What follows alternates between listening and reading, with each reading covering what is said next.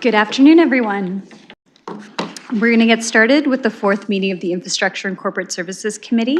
We'll start with a land acknowledgement. The City of London is situated on the traditional lands of the Anishinaabeg, Haudenosaunee, Lenape, and Attawandaron. We honor and respect the history, languages, and culture of the diverse Indigenous people who call this territory home. The City of London is currently home to many First Nation, Métis, and Inuit today.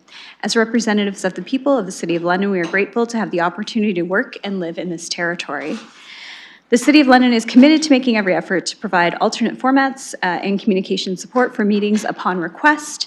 To make a specific request, specific to this meeting, please contact icsc@london.ca or 509-661-2489, extension 2425. For those that are here or watching online, we're joined today by members of the committee, myself, Councillor McAllister, Councillor Stevenson, Councillor Frank in chambers, and Councillor Van Meerbergen online, as well as visiting councillors. I see Councillor Lehman, Councillor Pribble, Councillor Trosso, and online Councillor Cuddy. So thanks everyone for being here. We'll get started with item number 1, which is the disclosures of pecuniary interest. Seeing none, we'll move on to the consent items. I've been asked to pull a number, so I'm just going to read my pull list. Just a moment.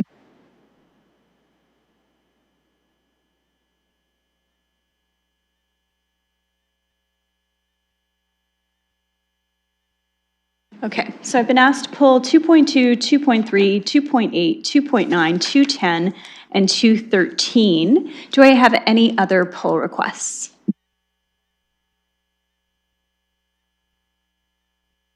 Okay, seeing none, then we'll look to craft a motion with all the remaining items and have members put that on the floor for discussion. Councillor McAllister, thank you. Councillor Frank, thank you. So that's item 2.1, 2.4, 2.5, 2.6, 2.7, 2.11, and 2.12, 2.14 that are on the floor. Would anyone like to get us started on discussion?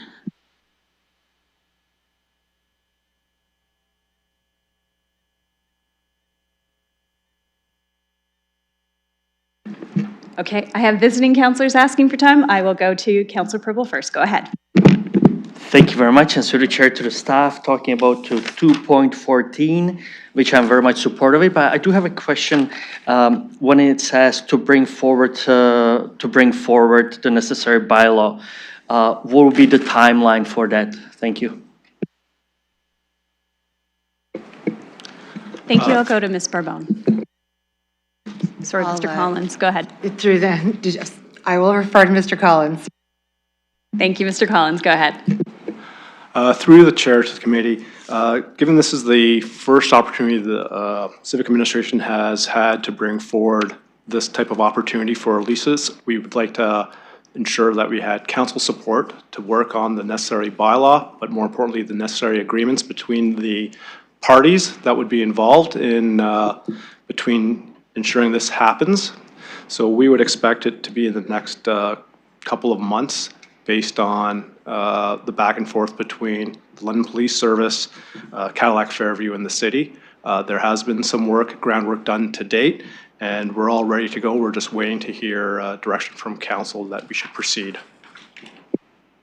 Thank you. And I just wanted to mention that we have Mr. Ram Kassoon online as well from the London Police. So thank you for being here as well, in case we did have any questions for the police. Councillor Pribble, back to you. Thank you very much. So for the follow-up, if it passes the council next week, so are we looking potentially for this committee to come back in April, coming back to this? Mr. Collins. Civic Administration, London Police Service, and Cadillac Fairview would endeavor to bring this agreement to council as soon as possible, and if it can be made in April, we will certainly do so and endeavor to do so, subject to any refinements that need to be made to the agreement as it stands. Thanks.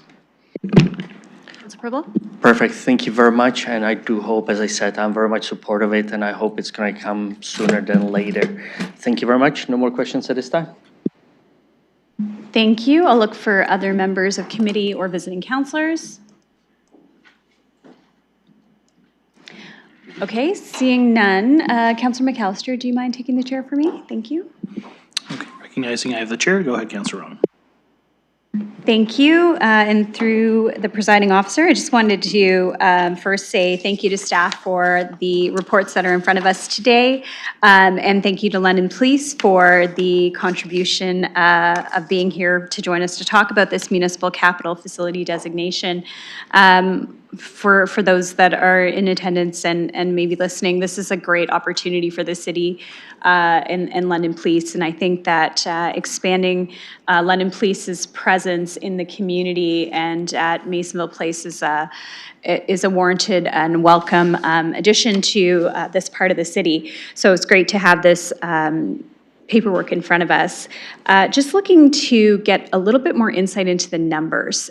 So I just wanted to confirm, because I thought that amount seemed a little bit high, and I just wanted to confirm that that's the property tax portion for the 2,500 plus square feet that the police are looking to utilize. Go ahead, staff. Yes, through the committee, based on the information that has been provided to us through Cadillac Fairview and London Police Services, that would be the property tax in question, which comprises both the municipal portion and the education portion. Follow-up, Councillor? Thank you. And maybe through you to Mr. Ramkissoon, I'm just wondering if this agreement would also allow for London Police to have a presence, for instance, with vehicles at Masonville Place, or would this just be around the square footage of the internal space? Okay, Thank you. looking online, go Sorry.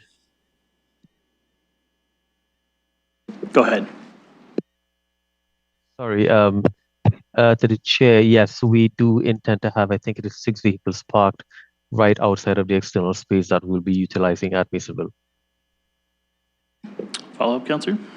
Thank you. I think that's wonderful to hear. I think just that presence of having police in the area close by, I know can be reassuring for residents in the northeast and northwest part of the city that have cited that that's a concern for them, not seeing police as visible in the area. So very pleased to see that at Masonville Place. So thank you for those answers, and that's all my questions for today. Thanks. Okay, thank you. Returning the chair to you, and you used 1:20 of your time. Go ahead. Thank you. Looking to any other members for any questions on the items that are in front of us. Councillor Lehman, go ahead. Thank you, Chair, and I'm glad to see the committee is in favor of this. I think I'm just speaking kind of as a member of the police board. I know the long-term strategy as we, get to a city of this size. You look at other cities, you see satellite police officers throughout the community, so you don't have it all concentrated in downtown as it is now.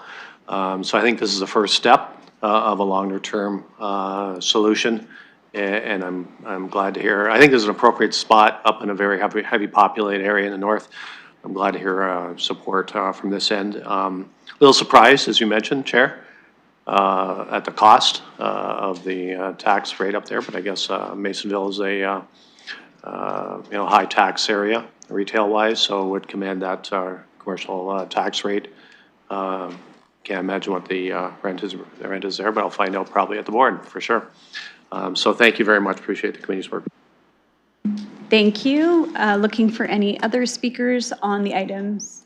Councillor Pribble, go ahead. Thank you, Chair. And one more to the staff, through you, please. 2.12, the drinking water. I just want to ask you if I can get some feedback on the Ontario Max acceptance concentration, and there were 3 that actually exceeded it. If you can just give me a brief feedback in terms of if there are any concerns or how it's addressed. Thank you. Thank you. I'll go to Ms. Ramlou. Thank you. Through the chair. So there were 2 types of exceedances. So the one was sodium and the other were microbiological. So I'll address the microbiological first. So that's E. coli, solved nitrogen, and coliform. Those were actually determined to be false positives, if you will. So although the sampling and testing procedure is very controlled, it is also very sensitive. So it generally when these happen, it is a matter of the sample was contaminated along the way somewhere. But that being said, there is a very strict procedure in place for when there is an adverse sample. So the Ministry of the Environment is notified, as is the health unit, and there is immediate resampling of all locations. So in each of those instances of microbiological exceedance, it was retested, and those samples were within the requirements. So between that and the fact that on the original samples that had higher microbiological levels, the chlorine level in it was also still quite high, too high for actual bacteria to have survived in it for any length of time. That's why we are confident that those samples were actually contaminated during the sampling or the testing process rather than it being an actual water quality issue. And that is not an uncommon thing. We usually have a few of those occurrences each year that are easily explained that way and don't pose any actual risk or concern in the system. The other one that we did have in 2025, we did have an instance of high sodium levels. Now, sodium is not actually a regulated substance underneath the quality standards for health. It is rather an aesthetic guideline because you can get a negative flavor from it.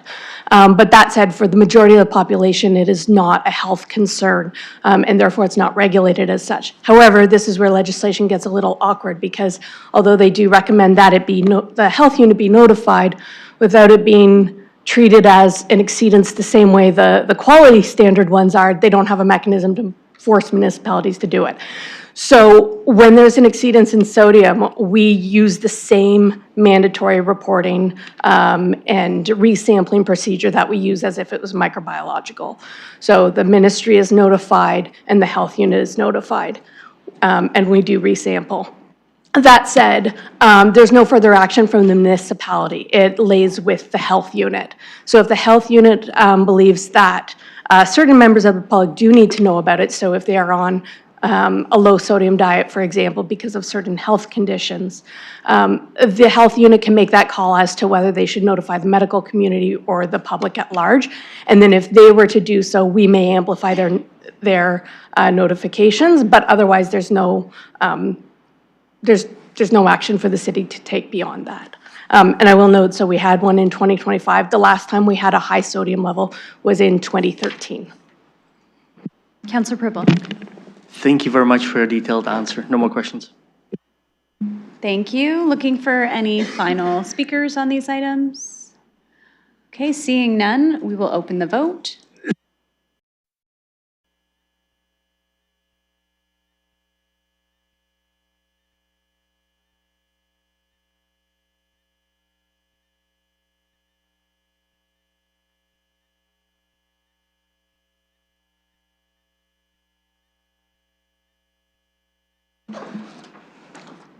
Closing the vote, motion carries 5-0.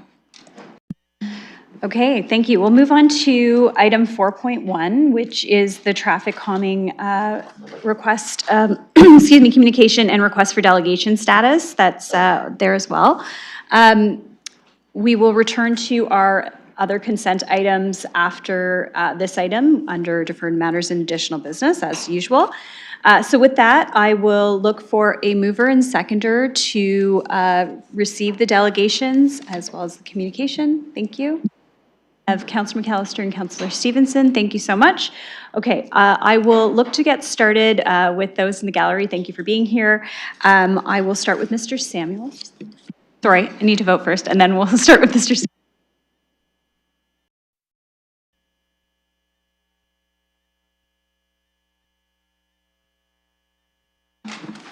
Closing the vote, motion carries 5-0. Thank you. Okay, so we'll start with Mr. Samuels. Thank you for being here. You have 5 minutes. You're a regular, so you know the drill, and go ahead. Good afternoon, members of the committee and visiting councilors. My name is Brendan Samuels. I'm a resident of Ward 4. I'm here today also speaking as the vice chair of the Old Northeast Neighborhood Association and as somebody who's made repeated attempts to access traffic calming from the city in my neighborhood. I'm really pleased to be joined up here in the gallery by folks from Old North and Old South, who I expect will share from their experiences with traffic calming in the city. You've got 3 old neighborhoods up here. I fully support the direction outlined in the letter on your agenda, and I want to thank the chair of your committee, Councillor Rahman, for taking the time to hear my concerns over the past couple of months and to consult with the city staff. I encourage you to pass this motion, and I believe that the changes being discussed will lead to the traffic calming process becoming easier for both residents and your offices to navigate. There's an opportunity to improve transparency and to restore trust in the community. I've tried to organize traffic calming requests and petitions at 3 intersections in my area. The city actually has multiple parallel channels through which traffic calming requests can be filed. One is the petition process, where a resident downloads and prints a form from the website. They must then collect signatures from 10 households on the street of interest. Another channel is to request traffic calming through the Service London portal, where no signatures are required. Then there are requests initiated through a separate process through school zones, and another for reaching out to your councillor or perhaps to city staff to ask directly about traffic calming. And finally, where intersections have previously seen vehicle collisions that were reported, there's the angle of reaching out to the London Police Service to access data and get a safety opinion. When it comes to petitions specifically, there's some conflicting information out there on the website and on the form itself. For a petition to be received, the author needs to collect signatures from at least 10 residents across households with addresses on the street that is the subject of the petition. But these criteria for signing present challenges, and in my opinion, they can lead to a bit of a discriminatory process in terms of who can and cannot sign. And I found these instructions rather confusing. So what is a unique address? I've tried to petition for traffic calming at an intersection in front of an apartment building where residents share the same street address, and I could not gain access to the building to knock on doors. I tried to initiate a petition at a cemetery where there's a one-way stop with a history of collisions and major sightline obstructions, but there's not enough houses in the cemetery to constitute addresses. That site happens to be between 2 elementary schools, but outside the school zone, so it doesn't qualify through that process. And at many of the busiest intersections in commercial zones, I expect a lot of users of the intersections don't actually live on that street, but nonetheless need to commute that way to get to businesses. So are they ineligible to sign a petition? I tried this for a commercial zone at Adelaide and Victoria Street. I initiated a petition in 2023 after experiencing some near misses, and I filed it via email. The city staff said, yep, they're going to initiate a study, and yes, they will keep me apprised. But I've never heard anything back from the city about that petition. Council actually approved an illuminated pedestrian signal in 2024. Then it was marked on the 2025 map for infrastructure projects, still hasn't been built. And there were more collisions that took place at that intersection at the end of last year. Apparently now they're doing another study in light of the new data to figure out if traffic calming is needed or what type of traffic calming is needed. The whole thing is just a bit confusing. I mean, if the intersection has been studied and mitigation has been approved, then why are we doing another study? I consider myself to be reasonably informed about how the city delivers services. I do a lot of outreach and communication work in the community. I know how to find and contact staff. If the process is difficult for somebody like me, I can imagine it's really hard for residents who might feel alienated. They don't have the same privilege or access, and they might be frustrated to not be able to advocate effectively for keeping themselves and their loved ones safe as they're crossing the street. So here's what I think would make this all better. I think residents and councillors would benefit from clearer, more frequent communications about traffic calming requests throughout the process. At minimum, if a resident has filed a petition, they should be kept apprised of the outcome and any changes in the status leading up to the implementation of traffic calming. It used to be possible to identify and track service requests through the Service London portal, but that functionality was removed. Imagine if you could just see on the map where traffic requests had been received and steps were in process. Overall, I think the mechanisms for traffic calming are in need of a wider review. It seems like we're kind of stuck. 30 seconds? Yep, almost done. I think we're kind of stuck in a cycle of putting out fires and building up new neighborhoods in ways that replicate a lot of the structural causes of traffic in existing neighborhoods. Maybe that wider review will come at a future date. In the meantime, I believe the motion before you will help to make data on traffic calming requests and project implementation more accessible, and I encourage you to pass it. Thank you for considering. Thank you. Perfect timing.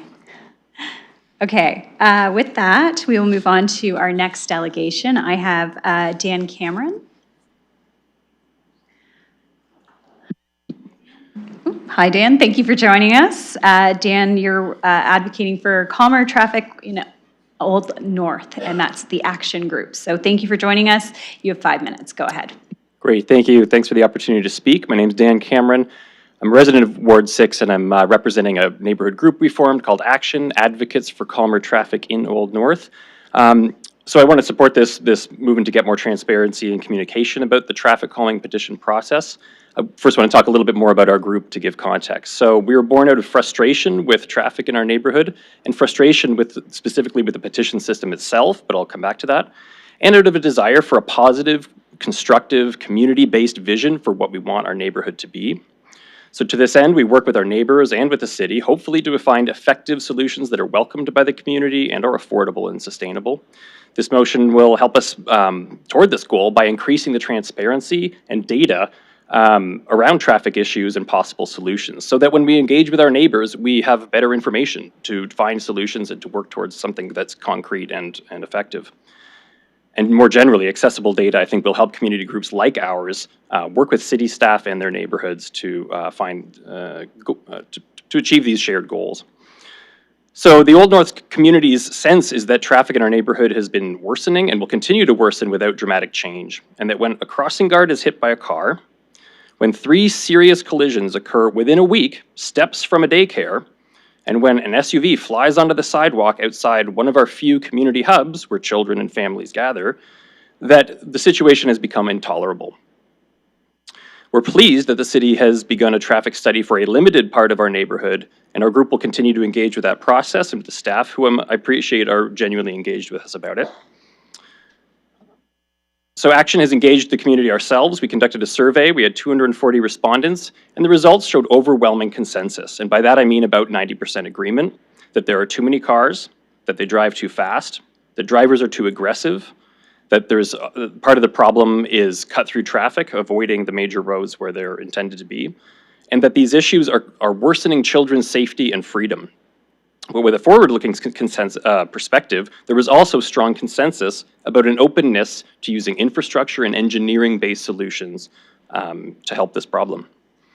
So community members have been very eager to share their personal experiences. They don't feel it's safe to walk their children to school, or for their children to bike to school, or for them to walk their children to daycare. This is all on residential streets, even though they know they're contributing to the problem by driving instead. Innumerable everyday experiences of unsafe driving and near misses, and of abuse from drivers who fail to stop while children are crossing, or drivers screaming obscenities at families riding their bikes. So this is what I mean by livability in our home neighborhoods. And Action understands that these behaviors are not just the result of bad individuals, but of an infrastructure system that promotes the entitlement the drivers feel to use our home streets as highways. So in our survey, all areas of Old North were represented, and the problems were reported to be everywhere. So this is underscoring that it's a systemic problem. And there was an exception, which is William Street, which has had more dramatic change. We did not hear complaints about that.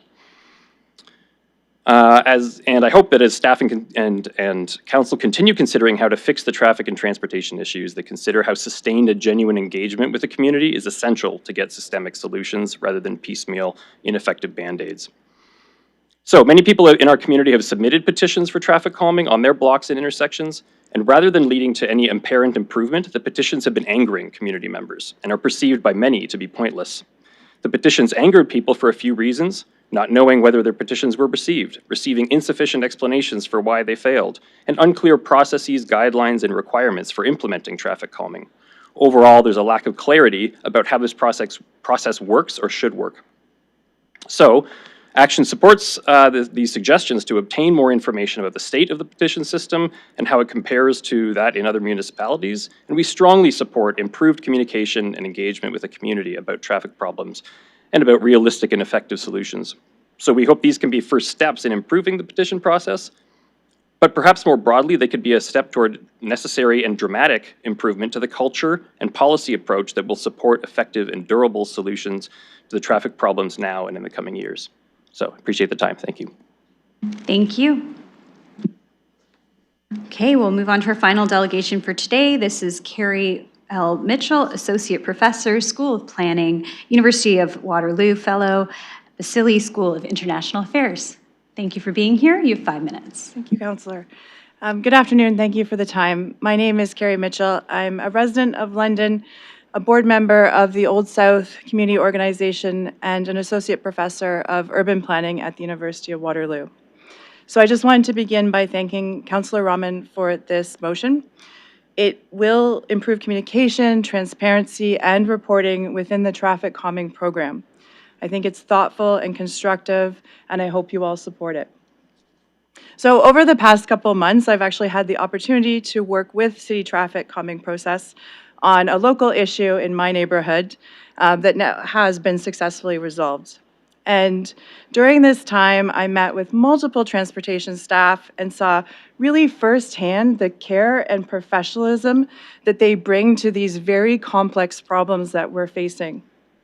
So what's become really clear to me in speaking with staff, as well as many of you down in the floor, and also my fellow residents here, is that this is obviously not a pressure that's just affecting my neighborhood in Old South. This is not isolated, and it's not exceptional. London's traffic challenges are significant, and they are structural. So for decades, our land use decisions, our zoning rules, and our street design standards have produced a city where most daily trips require a private vehicle. And of course, this has predictable consequences. High traffic volumes on arterial corridors, as we are all aware, congestion during peak periods, and spillover traffic into neighborhood streets, as my colleague Dan describes. So traffic calming is a retrofit response to patterns of urban development that generate high traffic volumes. And this demand is measurable.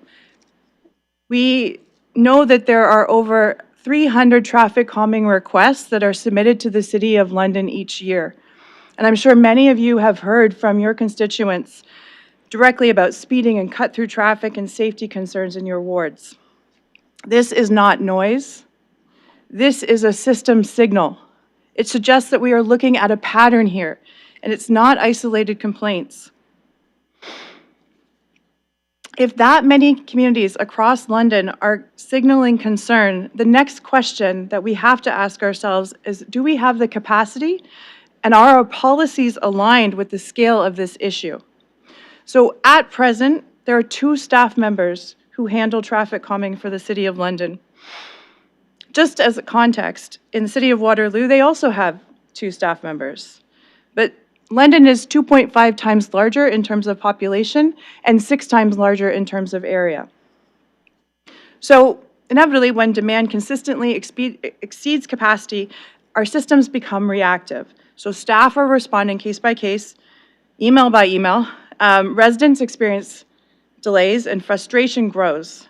So Councillor Rahman, your motion addresses an important part of this equation, improving communication and reporting so residents better understand the process, how it works, and also where they stand in the queue, the very long queue. And this matters, of course. Transparency strengthens trust. But at the same time, the volume of requests invites us all to think upstream. So if neighborhood safety concerns are reoccurring across the city, this reflects how we are designing for urban growth, how transportation options are balanced or not, and how traffic volumes are distributed. So please, strengthening the retrofit system improves fairness and responsiveness. This is excellent. I hope you can all support this motion. Addressing structural conditions can reduce overall demand on our road network over time. And both conversations, in my opinion, need to move forward. So just in closing, we are seeing the transportation consequences of long-term policy decisions made in the City of London and also in the province of Ontario.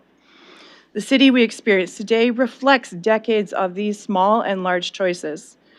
But the choices that we make right now, that this council and the next council will make, will shape the future of this city for our kids and yours as well. So please, supporting this motion will strengthen that response, but continuing to align land use, transportation planning, and safety goals will strengthen the overall system, and we can and we should be doing both. Thank you.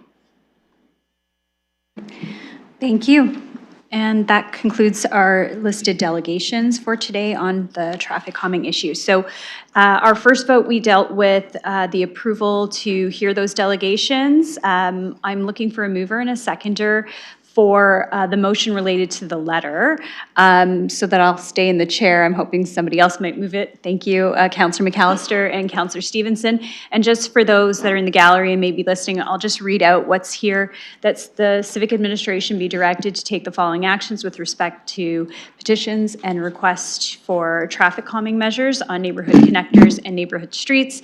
A, review and report back to a future meeting of ICSC on a jurisdictional scan of peer municipalities, processes for receiving traffic calming petitions and requests, including how those processes are communicated to residents. An assessment of how the City of London communicates with residents who submit traffic calming petitions or requests with a view to improve clarity around the process and providing timely information updates. Options to improve the quality and frequency of information reported to council members regarding traffic calming requests, received, studies undertaken, and upcoming projects within their ward. And Part B, provide updates to the councillors and committee on approved traffic calming projects, the completion of a project, and any other pertinent information. So thank you, Councillor McAllister and Councillor Stevenson have moved and seconded that. I will look for discussion on this item. Councillor McAllister, go ahead. Thank you, and through the chair, really appreciate Councillor Rahman bringing this forward. I'm sure all of us can speak to petitions, traffic calming, issues that we all have in our wards. It's definitely one I hear a lot about. And I know we heard from two neighborhoods, I'd say in the east, similar problems, older neighborhoods, traffic calming, especially on those smaller streets, quite narrow, a lot don't have sidewalks. And, you know, we have people cutting through, causing a lot of issues. And I do have a question to staff about this. I love everything that's been put before us. I'm not going to take time on any of that, but I do just want, as a point of clarity, for my own sake and those in my ward that often ask when it comes to traffic calming, with these older neighborhoods, especially ones that don't have the sidewalks, you know, when petitions are received, is there any prioritization that goes on? Because I do have a number of streets where, you know, some of them don't have streetlights, sidewalks, any traffic calming. And I do find it a bit frustrating that those are the neighborhoods where I really do hear the voices being the loudest, that those are areas that we really need to focus on. And so I'm just wondering if there's any thought in terms of refining this process, the areas where they don't have really anything, that those might be looked at differently because you know, they're facing the problems, but they don't really have any alternatives to really help with the situation. So I'm just wondering if staff could comment on how those would be dealt with. Thank you. I'll go to Mr. McCray. Through the chair, thanks for the question. Yes, the current process does consider the context of the street, i.e. like if there are sidewalks present or street lighting, and factors that into the prioritization. So that's all part of the evaluation of the program. We would consider whether that's appropriate or not, and bring forward recommendations to council. Councillor McAllister. Thank you, and I appreciate that. And as you know, we've discussed a little bit today, I would like, as this process moves forward and we make refinements, that clarity is given kind of at the outset. I think what I've heard from a lot of my residents when something is submitted, and I think Mr. Samuels had touched on this as well, is that follow-up in terms of what's happening, where we're at, but also providing them in terms of maybe where they are in the queue, or some sort of notification in terms of when they could expect, you know, a response or the study to actually take place, because we just don't really have a good understanding right now where we're at. Also, the timeline in terms of when the last study was conducted, I think sometimes there's confusion as to, you know, are they allowed to make another request? Because we do have those restrictions in terms of how many you can receive in a certain amount of time. So I think having that clarity with residents, keeping them informed, I would love to see Service London have some sort of a portal that allows people to look at a map and see, you know, you just hover over your street and it says, you know, petition received, and just so people aren't, you know, duplicating efforts. I know a lot of residents, you know, they're interested in these things, but sometimes we have the same people asking for the same thing, and we don't necessarily need to duplicate those efforts, but to allow residents to be able to easily look up what's going on, where we're at in the process, I think would really help this. So I'll leave my comments there for now. Curious what everyone else has to think about this, but thank you, Councillor Rahman, because I definitely think this is an issue we've all heard of, and we're interested to see improvements. So thank you. Thank you, and I'll go to Councillor Stevenson next.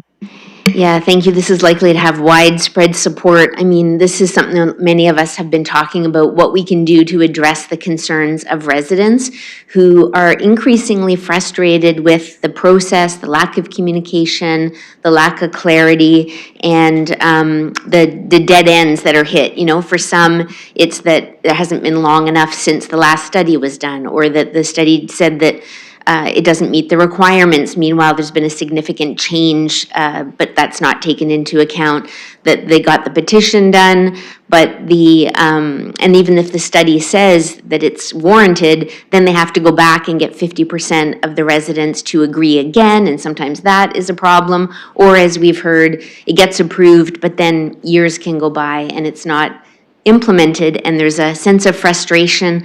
This is one of the number one issues for Londoners, I think. And so whatever we need to do to address that, if there's funding required, it's got to be more transparent. It's got to address the needs of the neighborhoods that are impacted. I just want to thank the people who spoke today, because you very clearly and eloquently outlined the system as it is, the problems with it, and thanks for your advocacy. It's in every single area of my ward, and I know others are the same. So really happy to support this. I did just want to take the opportunity through you to staff to just clarify, because there's this process which was clearly outlined, but there's also another process when there's road construction and mitigating measures are put in to try to address that. And I just wondered, if the public's listening, if we could have staff just outline that there is a bit of a different process involved when we're addressing the implications of road construction. I'll go to Mr. McCray. Thank you. Through the councillor, that is correct. When we have road construction on major streets that is going to be quite impactful to traffic, such as a significant closure, we will assess potential traffic diversion routes, routes through neighborhoods that are going to be prone to increases in traffic volumes. We'll also complement that with feedback we hear at public meetings for the project. And in the case where we see the potential for increased traffic through neighborhoods, we will implement temporary measures. These are specifically temporary because many of them are not suitable for winter road maintenance. They get in the way of snow plows, for example, but these often include flexible markers along the center line of the road. So targeted measures along potential cut-through routes just to mitigate the impacts of the construction project on the adjacent neighborhoods. Thanks. Councillor Stevenson.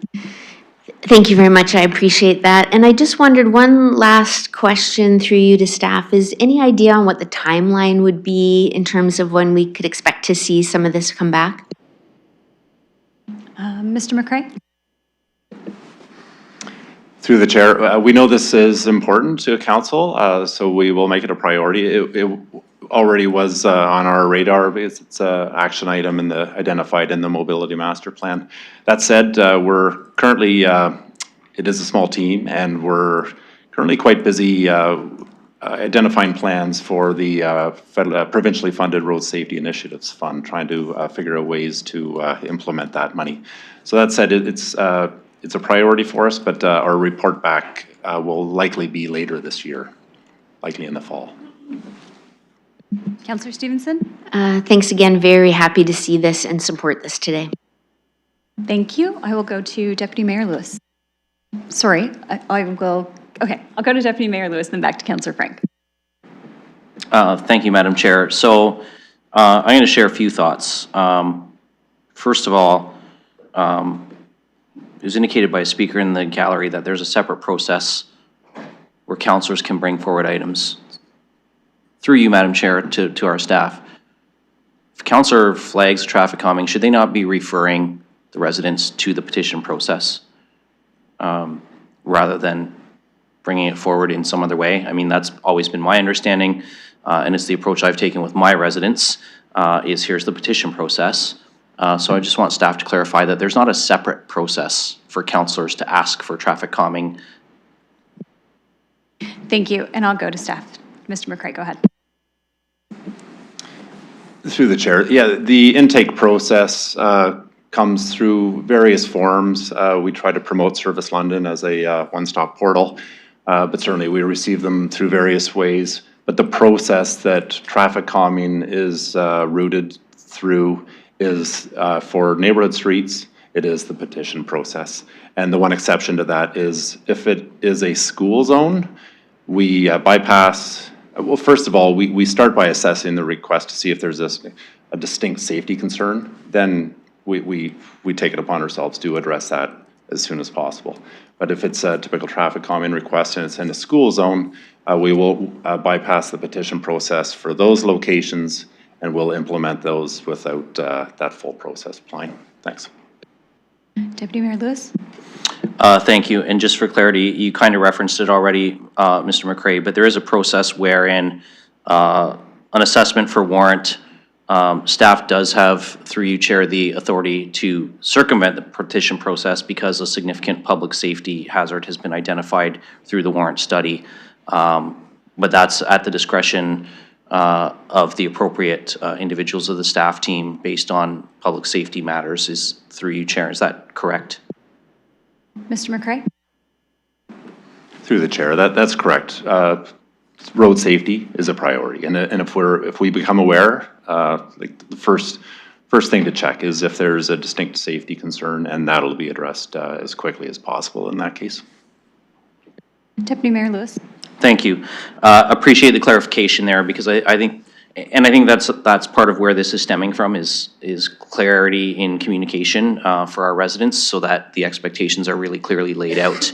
And I do agree that we should have somewhere the opportunity to see the frequency, ideally without having to bother staff. I know it is a small team, and rather than having to send a couple of emails, it would be great if we could check, have a repository where we could check our streets and see where the last frequency is, because I certainly wouldn't support and encourage people to submit a petition again for the same street that was submitted last year. I believe our current timeline is we only review at a maximum of a 3-year window, seeing nods from staff there, unless there's been a significant change in circumstances that would warrant that.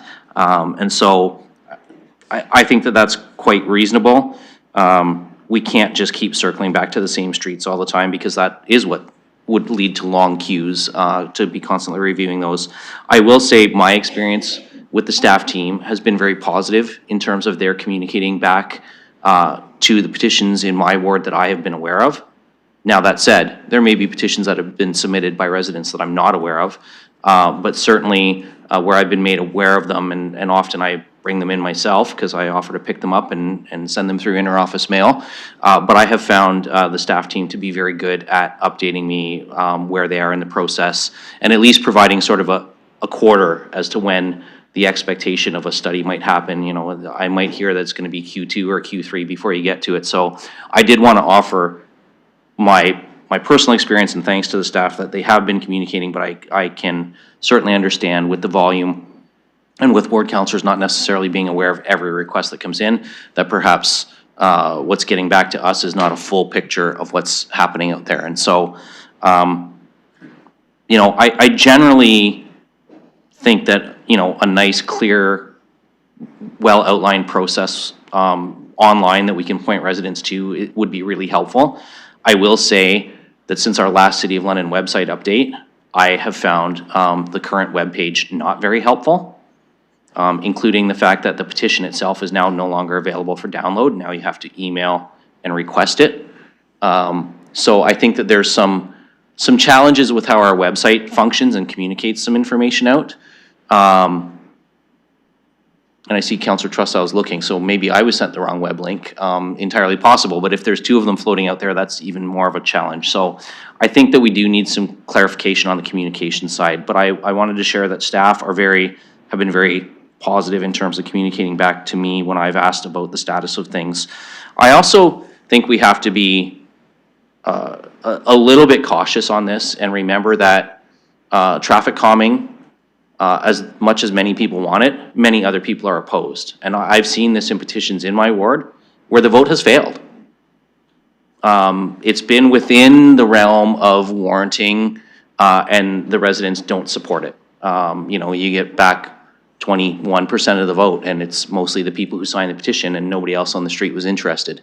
So I think that there has to be a caution flag here that while there are many people who are very supportive, there are also many people who are opposed. I also think that speed cushions aren't always the ideal solution, but we only have limited engineering tools at our disposal. A raised crosswalk was deployed in my ward and Councillor Stevenson's ward on the boundary last year. That's been very effective at slowing traffic on one street. And so I think, and particularly for pedestrians, which I think is where some of the concern comes from, as we heard those walk to school sort of experiences. Well, if you've got a raised crosswalk that is known to slow traffic, that's helpful. So just wanted to share those thoughts. I might have more to say at council, but I did want to ask one final question through you, Madam Chair, I guess to you. Okay, yeah, and then your time's up. Go ahead. Your part B, providing updates to councillors and committee on approved traffic calming projects, the completion of a project, and other pertinent information. Is the intent of that clause to be an annual report back of projects completed in the previous year? Because I'll be honest, like I don't need a report about a traffic calming happening in your ward, and you probably don't need one that's happening in my ward, but it would be nice to get an annual list. So I'm just kind of looking for you to clarify your intent on the clause B. Thank you, and I'm happy to. I did leave it a little bit open-ended so that we could have more discussion around what it is that we are looking for. I think that it may be a little bit different. I would like to see if there are patterns and things that we're seeing across the city, get an annualized picture, but when I spoke to staff, we didn't put a timeline on it. I think initially my draft had biannual, and then we thought that that might be too frequent. So just my intention was to get the information for committee, but also to individual councillors so that you knew, for instance, if there was requests in your ward that didn't go through you as well, that that was something that had been coming up. Okay, with that, I will go to Councillor Frank. Go ahead. Thank you. Yes, I just wanted to say I will support this. Thank you to the delegations who came, as well as Councillor Rahman for putting it forward. I won't reiterate what everyone has already said, but I hear the same concerns everyone has already shared, and we'll continue to look forward to seeing how we can make our neighborhood safer for everyone involved. Thank you. Short and sweet. We'll go to Councillor McAllister. Go ahead. Thank you, through the chair. Second round, just as we've been talking, because I've been listening to what people have to say, and one of the things that I've noticed, because it's been mentioned a few times now, and so my question to staff is, you know, from the sense that we have the two people who are dedicated to this, so my question is a bit of curiosity in terms of, do we have the necessary staff, and do we think the budget allocated to this is appropriate? I know, you know, you can only speak from past experience, but I'm just curious because I do think as part of this discussion, it does lead into perhaps maybe a discussion of the multi-year budget in terms of whether this is an area that needs additional investment. So I'm just curious what staff's thoughts are in terms of, you know, staff complement and current resources for it. Thank you. I will go to you, Mr. McCray, and then perhaps to Ms. Scher if there's anything further, and noting that we did have some discussion about this item at the multi-year budget update as well. Thank you, through the chair. Yes, I was going to point to the previous budget discussion just a few months ago that flagged this area as a priority and identified a temporary staff increase, an additional person to assist with some targeted areas of focus identified in the council resolution. So there was a recognition there. It is a small team, it's a lean team, and we try to work as effectively and efficiently as possible. That said, you know, we're hearing that it's a priority for the city. So so yeah, we're going to look to see how we can improve the service, see how what improvements we can make with this additional resource for the next couple of years and go from there. Thank you. Councillor McAllister. Thank you. And through the chair, apologies, I didn't put this by anyone earlier, but I just think as we're having this discussion, I would like to do an amendment for Part C. I know we had this discussion in the last multi-year budget. I think Councillor Rahman and I have worked on this in terms of the road safety element. Again, I think this warranted coming back for the multi-year discussion. So I would have a Part C added that any recommendations requiring additional staff or funding be a business case be prepared for the next multi-year budget.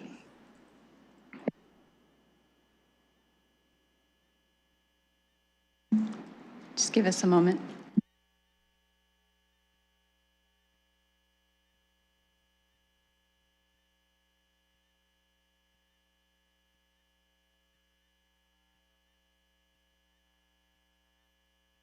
I'll go to Ms. Scher.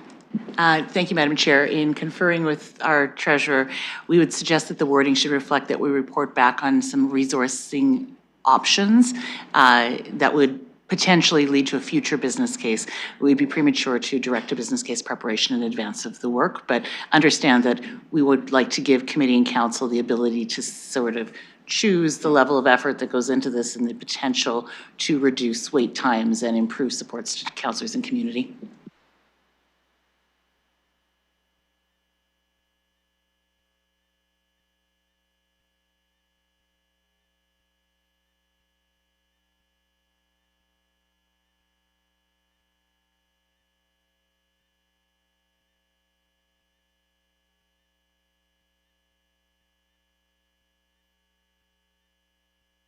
Sorry, Ms. Scher, just to clarify, so your suggested language is required resources to include that in the report back. Okay, thank you. Councillor McAllister, are you okay with that?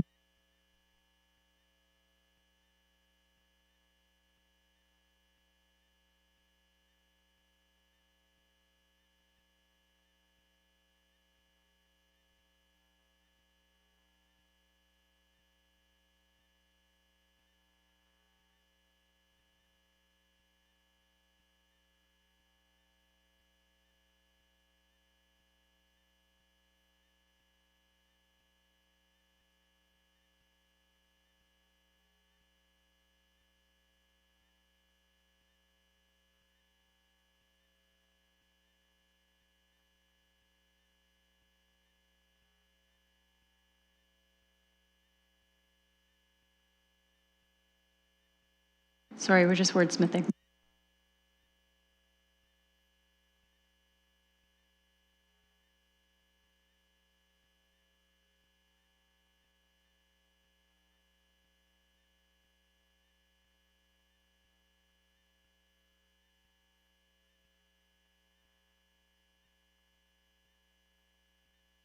Okay, so this would read that the motion be amended to add a new Part C that reads as follows, that civic administration be directed to report back on any recommendations for additional resources.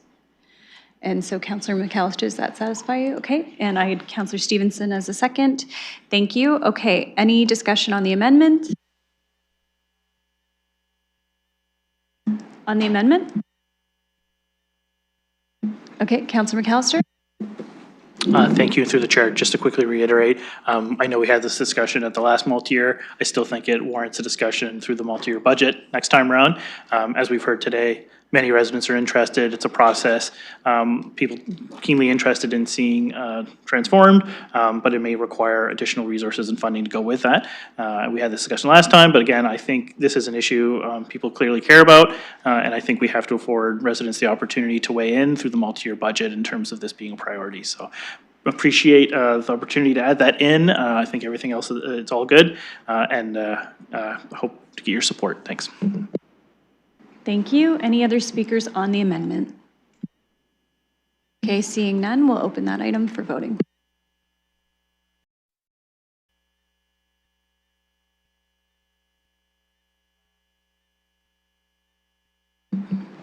Closing the vote, motion carries 5-0. Okay, we're back on the main motion. I have Councillor McAllister, that was your final point. Okay, I will go to Councillor Trosa.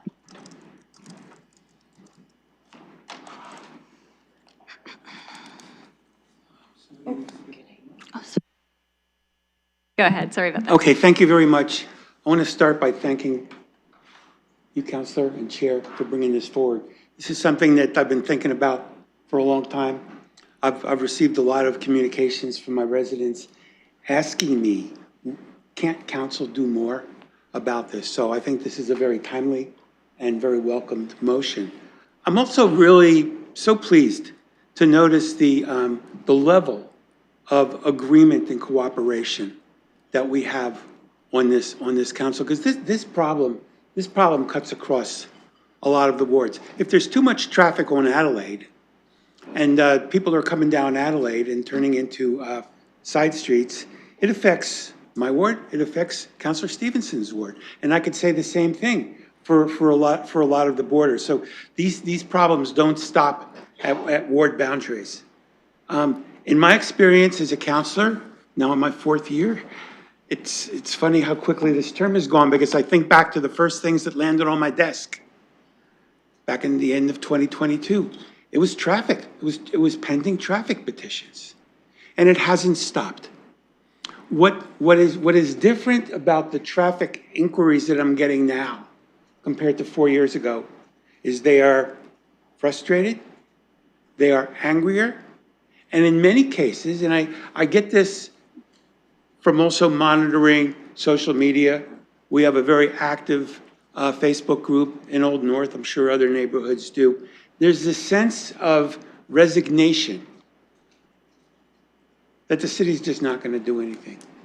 There's a sense of resignation that it's futile to try, because people have heard stories about neighbors putting in petitions, and months and months and months and months go by, and they're not responded to. And if they are responded to, it's often a one-line, your request is denied, it doesn't meet the warrant. And if that comes to my attention, as it often does, but I can't imagine it does all the time, because like the councillor said, I don't know. There's no requirement that me as a councillor get a copy of a petition filed in my ward. I would then go back to traffic and say, I would like to see the details of the study. And it's often the first response to that is often, well, we don't like to release the numbers. Why not? Well, they're very technical and people might not understand them. Try me, and I have experts I can talk to if I need help. And sometimes I actually do get very detailed data back. And on the occasions I've shared that with experts, and they're public blogs about this, I'm often told, yeah, you really need a 4-way stop here, or you need some traffic mitigation here. Now, I think that the traffic division is overworked, understaffed, and we need to make it clear that if we want you, I'm addressing Mr. McCray, but also his whole team, if we want you to do a better job responding to these community concerns, we as a council have to do a better job supporting you. Now, I'm glad that that last motion was on the table. I didn't speak to it because I think it goes without saying. If you need more resources, ask, and you will find a very sympathetic council, not to say what would happen during the budget process. Now, the other thing I want to raise is it's important for people to understand that the provincial traffic warrant system, where there's this whole handbook of numbers that you have to reach, that is not necessarily binding on both ends. It's a best practice guide, and staff will correct me if I'm wrong, but I understand it as a best practice guide. So if there's a reason why a particular intersection does not meet the quantified sort of numbers from an engineering point of view, there still is this whole very rich and often more relevant. You're kind of veering into other territory, so I just want you to bring it back to the motion, please. Yes, I'm speaking to a matter that's directly on the floor. 30 seconds. In terms of what's being looked at here. We have to take into account what people on the ground are telling us. in terms of the near accidents that they're hearing outside of their window. So, you know, finally, to wrap up, this is a very welcome motion, and I'll be looking forward to getting the report and moving forward from them. And thank you so much to those of you in the audience who have been speaking to us about this quite a bit. Thank you. I'll go to Councillor Purple next. Thank you, and as not being a member of this committee, I will certainly support this at the council. But one thing that I have asked, and I would like to ask our communications department to keep reminding Londoners about these issues, has two things. First of all, it's the safety of the individuals, and also the cost. And even if this is implemented, and even if we are going to increase the staff, if we do whatever, we are not going to be keeping up with all the requests we have. And I really think that continuous communication to Londoners to understand safety and costs, because that's coming from the taxpayers' money, and also for the London Police Services to increase finding these individuals. And I really think that those are the two aspects that we should address, because even if this is implemented, it's not going to start tomorrow, but there are certain things we can start tomorrow or very early. Thank you. Thank you. Councillor McAllister, will you take the chair for me? Thank you. Okay, recognizing I have the chair, go ahead, Councillor Ron. Thank you, and through you, I just wanted to first thank the delegations that came today. Really appreciate the discussion that you've played a part in bringing forward. And thank you to Mr. Samuels for your interest and your support in putting these items forward and the conversation along the way.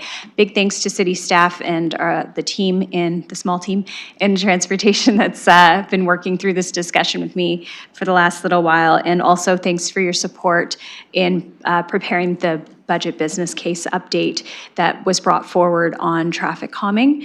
And that was also reflective of the conversations that we are having. But part of the issue is also outside of our hands, and we have to be reminded of that as well. You know, while we're facing these pressures from the community to meet the needs around traffic calming, we've had some significant changes on the provincial front. And those changes, yes, they've accompanied some new investments and dollars, but they put even more pressure on this smaller division to be able to meet the needs in our school zones.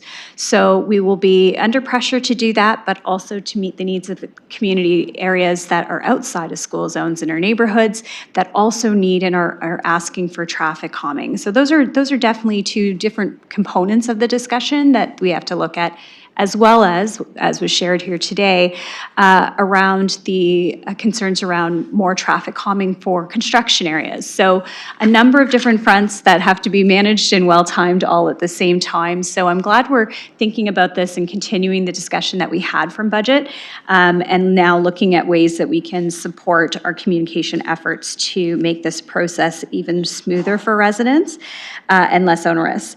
I will say, after putting this communication out, I did hear from residents asking some other questions that I do think have lots of merits as well around traffic calming.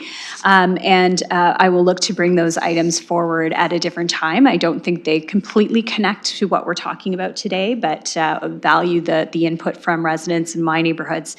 As you may know, I represent the northwest part of the city. A lot of my area is new, but there is also older homes and older construction. And it's interesting to see the differences across newer developments, newer areas where maybe some of these other types of traffic calming and mitigations were put in place already. But at the same time, the level and volume of just the traffic in the area is just so considerable that it's overwhelming the types of traffic calming that were put in place from the beginning. So I do think we are trying to design better. I really do in our newer subdivisions. The challenge is we are increasing the density so much and people are fearful about getting out of their cars because of the increased density. So we have a lot of work to do in this city to make residents feel confident enough to be able to use all forms of transportation and transit to be able to to get around. So that is something I think that more traffic calming will be helpful for. But I am so pleased that my colleagues are supportive of what's in front of us today. I'm glad to hear that this is spurring discussions in our neighborhoods. Really thankful to city staff for the work they're doing and the continued conversation I know they'll be having at ward meetings and around some upcoming construction projects. So, you know, this is a team effort. It's something we're all working on, which is the safety of our community, and it's definitely a top priority. So thanks, everyone. Okay, thank you. You had 3:30 of your time, and I'll hand the chair back to you. Go ahead. Thank you. I will look for other speakers. Seeing none online and none in chambers, we'll open the vote. Sorry, on the motion as amended.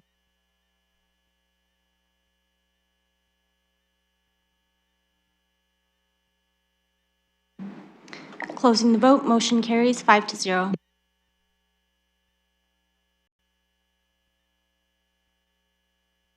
Okay, thanks everyone. We'll be moving back to our deferred matters and then on to any additional business. Under the deferred matters, we have item 2.2 next, which is the Federation of Canadian Municipalities Green Municipal Fund Agreement for Accelerating Community Energy Systems. I was asked to pull this item. I'll look for a mover and seconder to put this item on the floor. Councillor Frank, Councillor McAllister, and look for any speakers on this. Councillor Stevenson, go ahead. Thank you. Yes, through you to staff. It was only in the last meeting that we approved what seemed to be something similar to this. So my question is, what is the difference between this one and 2.3 and the last one? And are there any more of these coming? Because I find it hard to make decisions sometimes when things come a bit at a time and I can't see the bigger picture. Thank you. I'll go to Ms. Chambers. Thank you, and through the chair. Yes, the Federation of Canadian Municipalities has several streams to which you can apply for grants. So in our last committee, we talked about getting a study done to look at our buildings and retrofitting them for deep energy retrofits. The two before you today relate to looking at our fleet. That's 2.3, which is obviously related to municipal vehicles. And this other one is the Accelerating Community Energy Systems, which actually has to do with looking at compact, localized energy supply and distribution for neighborhoods. And that's in direct response to applications, again, to this same fund by our local development community. There was a report back in July of two quite large private developers who are interested in pursuing community energy systems. So we want to be prepared to respond to those. So effectively, there have been 3 applications that we've been successful for to date, and there will be one more coming forward as well. Just recognizing that they're all separate initiatives, but just simply the same funding source from the FCM group. Thank you, Ms. Chambers. I'll go to Councillor Stevenson. Go ahead.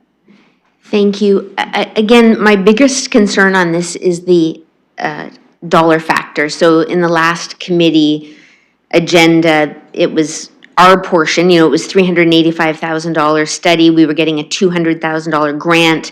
In this one, it's $92,000 with a $54,000 grant. But these 3 combined is going to be $316,000 of our money that we're putting forward. And again, I understand in a sense why, but I need to be able to justify spending that money today in this environment with the fiscal pressures that we face and the economic uncertainty ahead, that I don't want us to be operating under something that was approved by a previous council and hasn't been reevaluated to determine, like, is it still a priority, a place where we want to be spending this level of finances. So through you to staff, just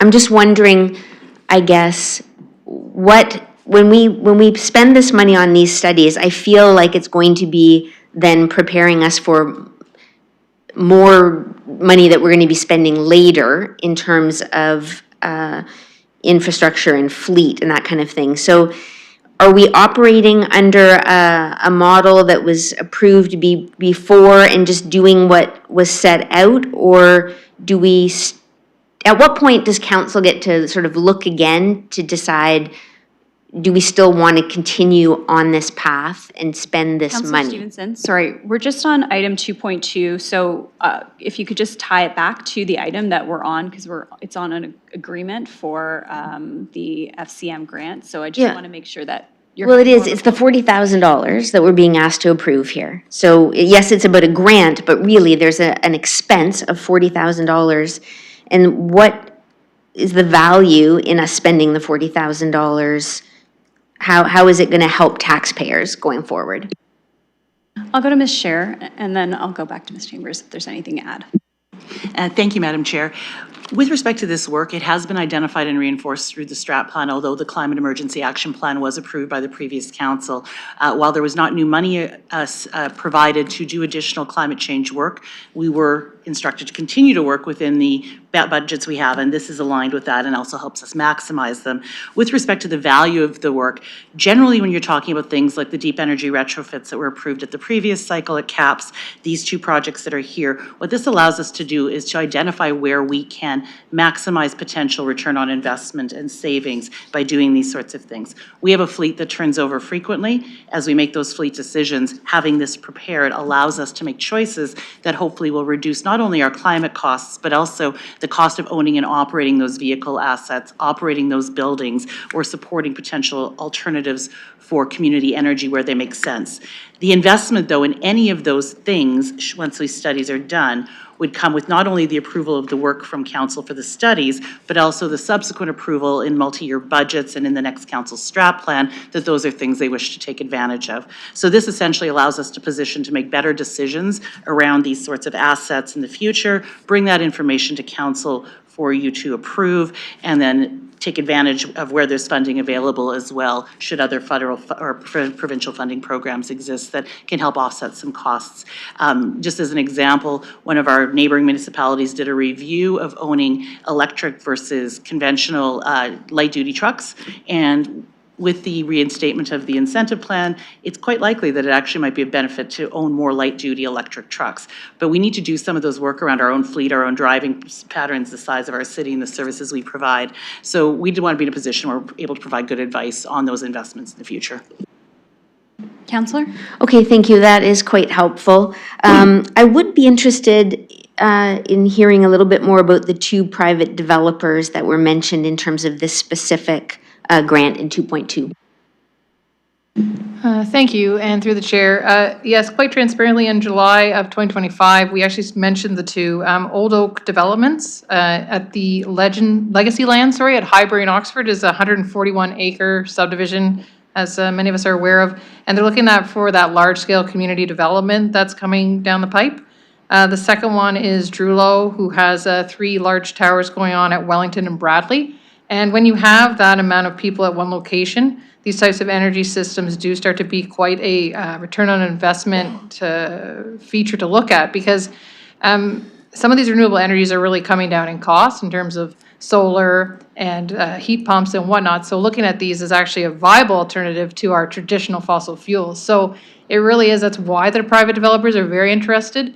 And so why we in turn are also interested in looking at these, because if they come forward, we need to have the municipal policies in place to be able to address bringing them on board and accommodating new technologies effectively. Councillor Stevenson. Thank you. I really appreciate the extra information. It's helpful. Thank you. Thank you. I'll look for other speakers on this item. Councillor Frank. Thank you. Yes, I'll be short on this one too. I think it's a great opportunity for us to look at ways to provide energy at an affordable and accessible cost where possible, as well as reducing emissions. And I think it's great that there's already 2 private developers who are looking into these opportunities as well. I wouldn't want the city to create any kind of red tape or stand in the way of private development. So I think this is a great opportunity for us to make sure that our side of the equation is in order. Thank you. Other speakers on this item? Councillor Stevenson. Just one last follow-up question. When this came in the last agenda, I passed an amendment saying that the feasibility studies would, come public as quickly as possible. I'm just wondering, is there any value in doing that again here? I'm thinking not as much. It was municipal property before. It was our assets, whereas this isn't. But I'd just be interested in staff's feedback in terms of potentially doing the same thing here. Ms. Scher? Thank you, Madam Chair. Staff are certainly intending to report back on the results of the study. We certainly have no concerns about sharing that information. Bringing them without sort of that analysis probably will be not of as much value for you, but we're happy to see what the ultimate reports look like and make sure that you get our best advice on those reports when they're received. Thank you. Counselor? Okay, thank you. Seeing no other speakers on this item, I will look to call the vote.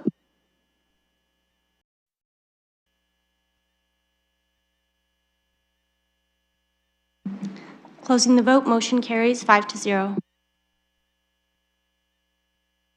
Okay, thank you. Our next item is 2.3, which was the Federation of Canadian Municipalities Green Municipal Fund Agreement for Municipal Fleet Decarbonization Feasibility Study. Looking for a mover and seconder on this item. Councillor Frank. I'm happy to second. And looking for any speakers. Councillor Stevenson, go ahead. Thank you. Through you to staff, I'm looking for the same kind of information on this one in terms of, I'm less interested given some of the recent things that have been happening regarding zero emission vehicles and the decarbonization. So just looking for a little information from staff as to why this would be a good investment in this case of $89,000. Thank you. I'll go to Ms. Chamber. Thank you, and through the chair. When it comes to the fleet, it's a similar story about looking at truly that return on investment. When we look at the life cycle of our vehicles, we do spend currently $3.2 million in fuel costs alone. So we've had a couple of examples where, for example, the Ford F-1 Lightning pickups, for example, save us $27,000 per year in fuel. The Zambonis are saving us $35,000 a year in operating costs. So there have been already some examples where we can save money, given the amount of kind of miles we put on our vehicles. And secondly, there was a recent announcement by the federal government that they're going to be resurfacing the EV incentives as well. So $5,000 for battery electric and $2,500 for plug-in hybrids, as well as $1.5 billion in infrastructure for charging facilities. So again, this study poises us to take advantage of some federal grants that may be coming forward, and really allows us to dive deep into our own fleet as to what is the most cost-effective life cycle purchases for the vehicles. Councillor? Thank you, that's good. Okay, I have Councillor Pryble next. Thank you, through the chair to the staff. I'm very much supportive of such initiatives. I do believe they are proactive and both environment and cost savings. But did we ever look at kind of some of these initiatives, some of these studies to do internally? Do we have the resources? Do we have the know-how? Or if we look at the 50%, it's still cheaper to go this way and outsource to a third party? Ms. Scher.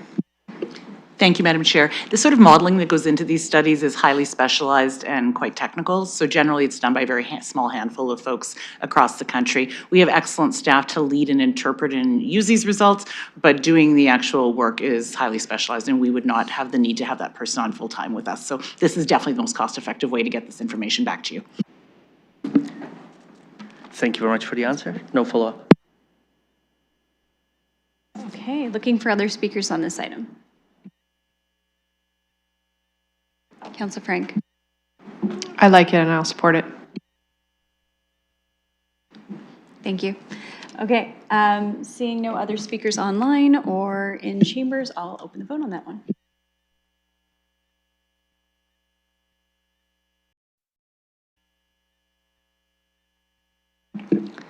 Closing the vote, motion carries 4-1. Okay, our next item is 2.8, which is the restricted acts of council after nomination day and voting day.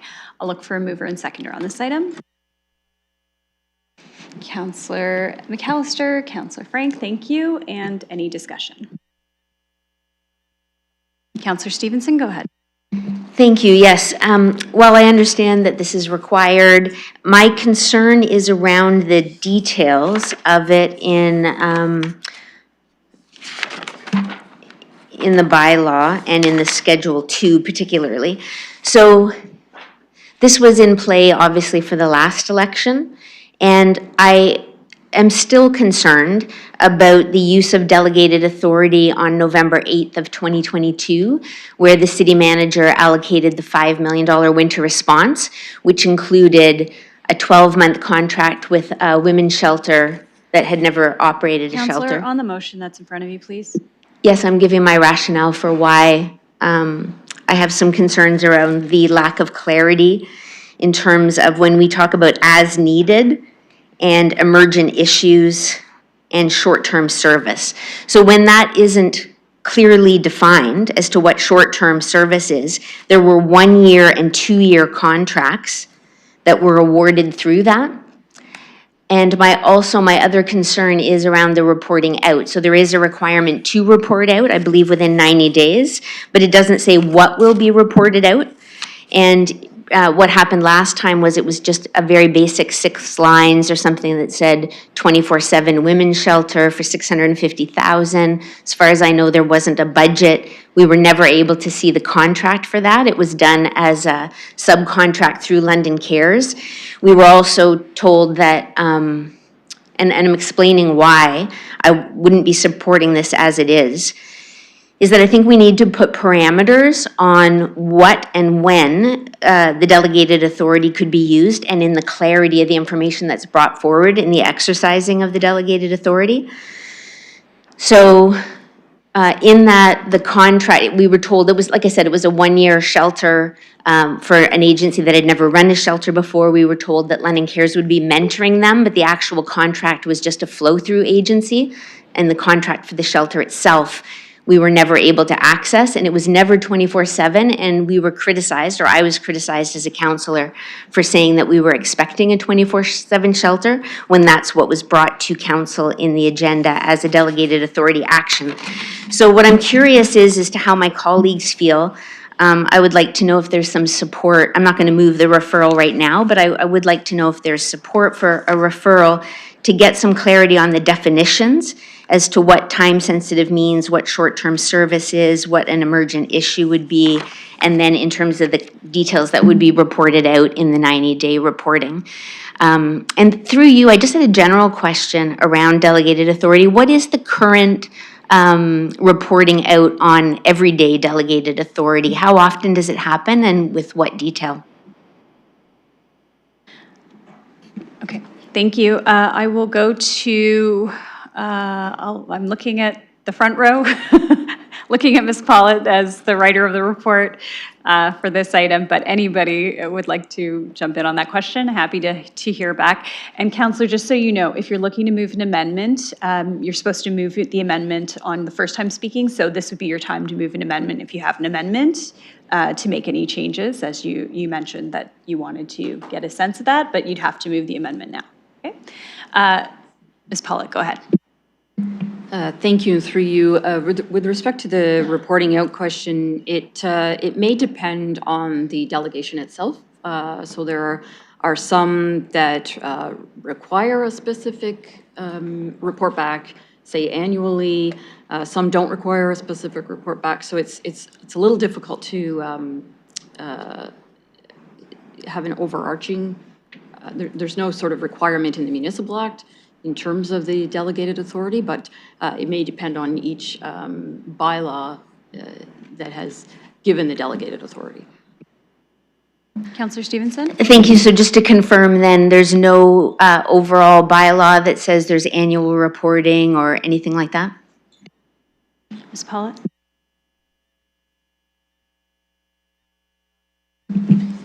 Thank you, and through you. No, there's no specific bylaw that would speak to that. Councillor? Okay, so I am going to move a referral then. The wording is with the clerk's office. And I'm hoping that I have a seconder, that it's being referred to the next, or to a future ICSC. Would you like to read it out, or would you like me to read it out? I'm happy to read it out.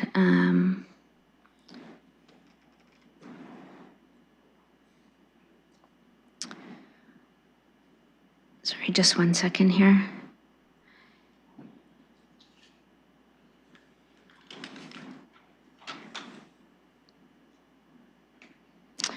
We'll take the support of you reading it out. I don't have it quite handy here. No problem.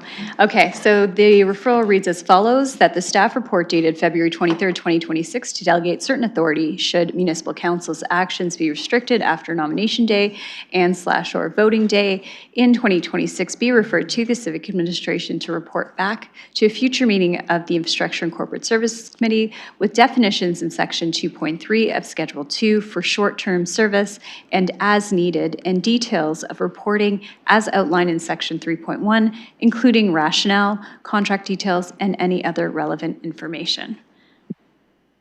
You're looking to put that on the floor? I am, thank you. Thank you. Looking for a seconder for that item.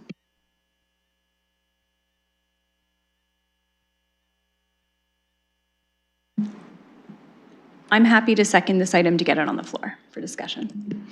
Thank you, I appreciate that. So really, again, I just want to reiterate, it's just for us to set the parameters as an oversight body as to getting clear as kind, in terms of I don't want there to be judgment against the use of delegated authority if we haven't been clear on what that is. And also in terms of the reporting out, that we just make sure that we get what we need at the end of that period. As I said, in 2022, November the 8th, $5 million was contracted out through delegated authority 7 days before we were sworn in. And there were 1- and 2-year contracts there, some of them with new agencies who had never operated before and for whom we were never able to get to see contracts. So I just want to set us up for success going forward, that we just tighten things up a little bit in this next election cycle. Thank you. Looking for other speakers on the referral.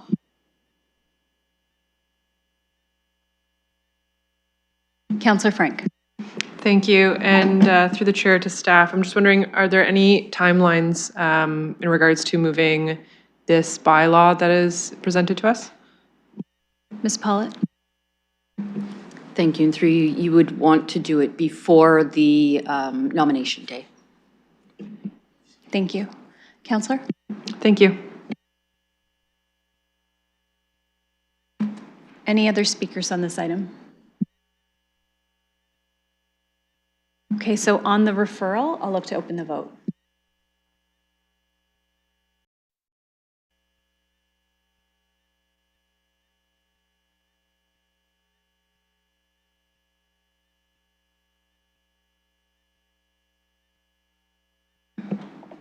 Closing the vote, motion carries 3-2. Okay, thank you. That's item 2.8. We'll go on to item 2.9, which is the contract award tender number RFT 2025-2023, or sorry, 2223, Wellington Gateway and Municipal Infrastructure Improvement Phase 2A, Wilkinson Street to Baseline Road. And I'll look for a mover and a seconder on this item. Councillor Frank, seconder. Councillor McAllister, thank you. And any speakers on this item?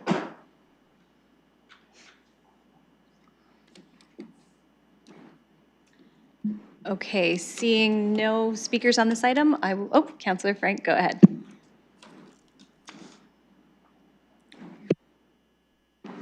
Thanks, yes. I would just, since it's being pulled, I assume someone's going to vote against it, so I just want to speak in favor of it. This will be occurring throughout some parts of my ward, and I think it's incredibly important for us to continue the progress that we've made on BRT. I think we've had this discussion before at council, but if we start not approving contracts for a project that we have massively undertaken, and there's just large gaps and chunks along Wellington where there's no RT infrastructure, I think that is setting ourselves up for failure, and I really don't want this council to do that. So I just hope that we get approval on this so that we can finish this massive construction project that will be beneficial to 500,000 of Londoners. Thank you. I will look for any other speakers. Councillor Trasso. Just to echo what was just said, this does not pass through my ward, but I feel very strongly about the fact that I want to see this project completed. Because if we throw any more roadblocks into this project by not approving contracts that we need to finish it, we're really just making matters worse for ourselves. So I'll be voting against this at council if it passes. because I think we need, well, I'll be voting in favor of this at council, in any event. Thank you. Thank you. Flip it and reverse it. Okay. Counselor Stevenson, go ahead. Thank you. I just wanted to say, I mean, the BRT has been well supported by this council, but for 3 years, coming up on a little over 3 years, I've been voting no to every project and every vote that comes forward regarding the BRT. And that's my right to do that as a councillor, and I'm going to continue to vote no on behalf of the residents who are very unhappy with this very expensive project and the implications, particularly in my ward. Thank you. Looking for any other speakers? Deputy Mayor Lewis? Thank you, Madam Chair. I wasn't going to say anything on this one, but I think I will, based on what I heard. I appreciate that people have expressed their opposition to the project. I think it's time, though, that people start asking themselves, what is the cost of not finishing it? Because that's what we are essentially doing now by voting against individual contracts. Not only are we extending meetings by pulling these things, but honestly, there are federal and provincial dollars attached here that we would be violating the contracts that we took with those senior levels of government. And we would have a project that would accomplish nothing because the leg is half finished instead of fully finished. So as much as I've had some reservations about BRT, and I did not support the west or the north legs, the Wellington Gateway was always the one that I thought had the most value for dollar opportunity for the City of London. And while I appreciate colleagues may not support the BRT project as a whole, I do think it's time we start asking ourselves, what is the consequence of not finishing the project? Because that's the essence of what we're doing when we're pulling these votes. So I will be strongly supporting this. I don't dispute for a moment that it's a councillor's right to pull those things, but I do ask really if, at this point, if it's an efficient use of meeting time for people. Thank you. I'll go back to Councillor Stevenson. Thank you. I just want to say to that, like I said, for 3 years now, I've been pulling them voting no and not saying anything. So it's been other colleagues today who want to reiterate the value in moving forward. As far as I understand, none of these BRT projects have been threatened or impacted in any way by the 13-2 votes that have been consistently happening for the last 3 years. So, and there's already talk of a north leg of the BRT and are seeking funding request for that. And the federal portion of the BRT is quite small now in comparison to the municipal contribution to get this project finished. Okay, thank you. Looking for any final speakers? Seeing none online, seeing none in chambers, I'll open the vote.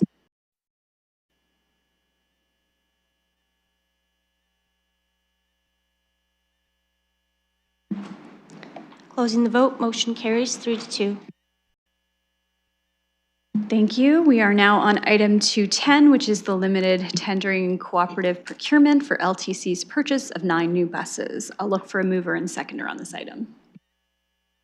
Councillor McAllister, Councillor Frank, looking for any speakers on this item. Okay, I have Councillor Frank, then Councillor Stevenson. Go ahead, Councillor Frank. Thank you. Yes, I just want to reiterate that I think this is an incredibly important vote for us to make. If we want there to be buses on the RT infrastructure that we're building, we have to buy them, and they take about 1.5 to 2 years to get. So if we want there to be buses running on those lanes so that Londoners don't think we've wasted their money, we have to make this investment now, and we can't delay it at all because it takes so long for us to order buses. So just want to say I'm in full support of this very wise investment. Thank you. Councillor Stevenson, go ahead. Thank you very much. I have a ton of questions on this one. As was just mentioned, if it takes 1.5 to 2 years to get these buses, I'm curious as to why this is only coming to us now when I thought BRT was going to be operational next spring. So maybe through you to staff, can we get an update on the operations of the BRT? And, you know, the last staff report that's indicated here is October 28th, 2019. So a little over 6 years ago. So I'd love an update on the operation of the BRT, the funding for that, and the number of buses that are needed, which I think maybe, is it only these or is this a partial order? Thank you. So we are on the portion that's associated with the East London Link Corridor in the Rapid Transit Network. These purchases that are outlined in the report for $14 million. I will go to staff on those items associated with the East London Link and the contract, noting that we do use as closely as possible a just-in-time system so that we're not having infrastructure and costs associated with our projects sitting unused when we don't need it. Go ahead, Ms. Dan.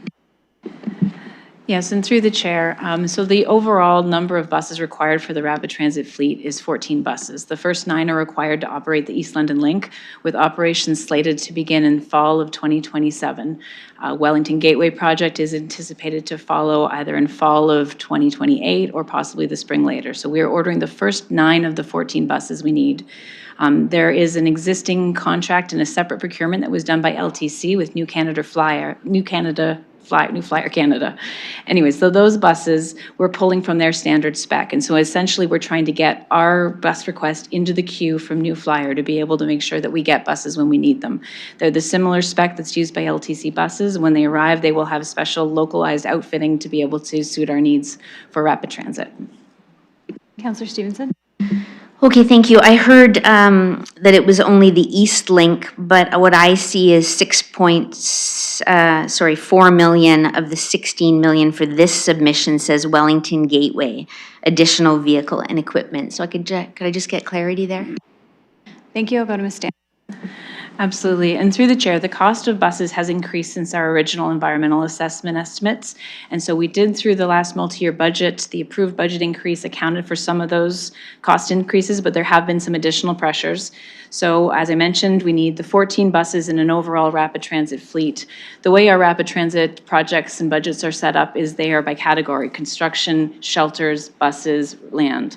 And so what we're doing is we're maxing out our East Corridor bus contingent in that account, and we're using some of the cost overages we've seen based on tariffs and other impacts like EPA requirements for engines to be able to pull that extra from the Wellington Gateway accounts for their buses. So we're using our overall bus money to be able to purchase the buses we need now. What'll happen when it's time to purchase the buses for the South Corridor, so the additional 5 buses, we'll look at the current cost of buses at that time, our available budget within our vehicle amounts, and then we'll also look to our overall RT program and look for savings from other areas to make sure that we're able to stay well within our overall program budget. Councillor? Thank you. So am I reading it right in Appendix A where it says there's only 2.5 million left for future work, and we need 5 more buses at least? Am I reading that correct? Ms. Dan? Yes, through the chair. So at this point, if we were to try to buy 5 more buses today, we would have to look at other aspects of our program to draw funding from. And we've got our particular bus funding source. That's the one where we would need to look for other options, and we have some savings in our other construction and other budget areas. At this point, we want to wait until it's time to actually purchase the buses. It is just-in-time delivery. We may have different tariff impacts. There may be other areas that would adjust the cost of the buses at that time. Councillor? Thank you. And are any of these electrified buses? Ms. Dan? Yes, through the chair, the buses are all high-efficiency diesel. There's a separate pilot program going on through LTC to look at potential electrification of the fleet, but at this point, we're sticking with the standard New Flyer contract for high-efficiency diesel buses. Councillor Stevenson? Okay, thank you. I do have a few more questions. I apologize, but this is a big expenditure. It says under 3.0 that the 9 buses are close to 14 million plus almost another million in ancillary equipment. So I'm just curious what the ancillary equipment is.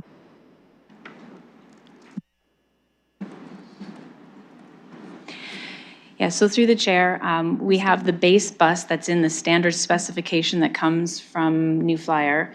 And then with each of those buses, once they arrive in London, they're outfitted with London specific add-ons that are done by LTC themselves.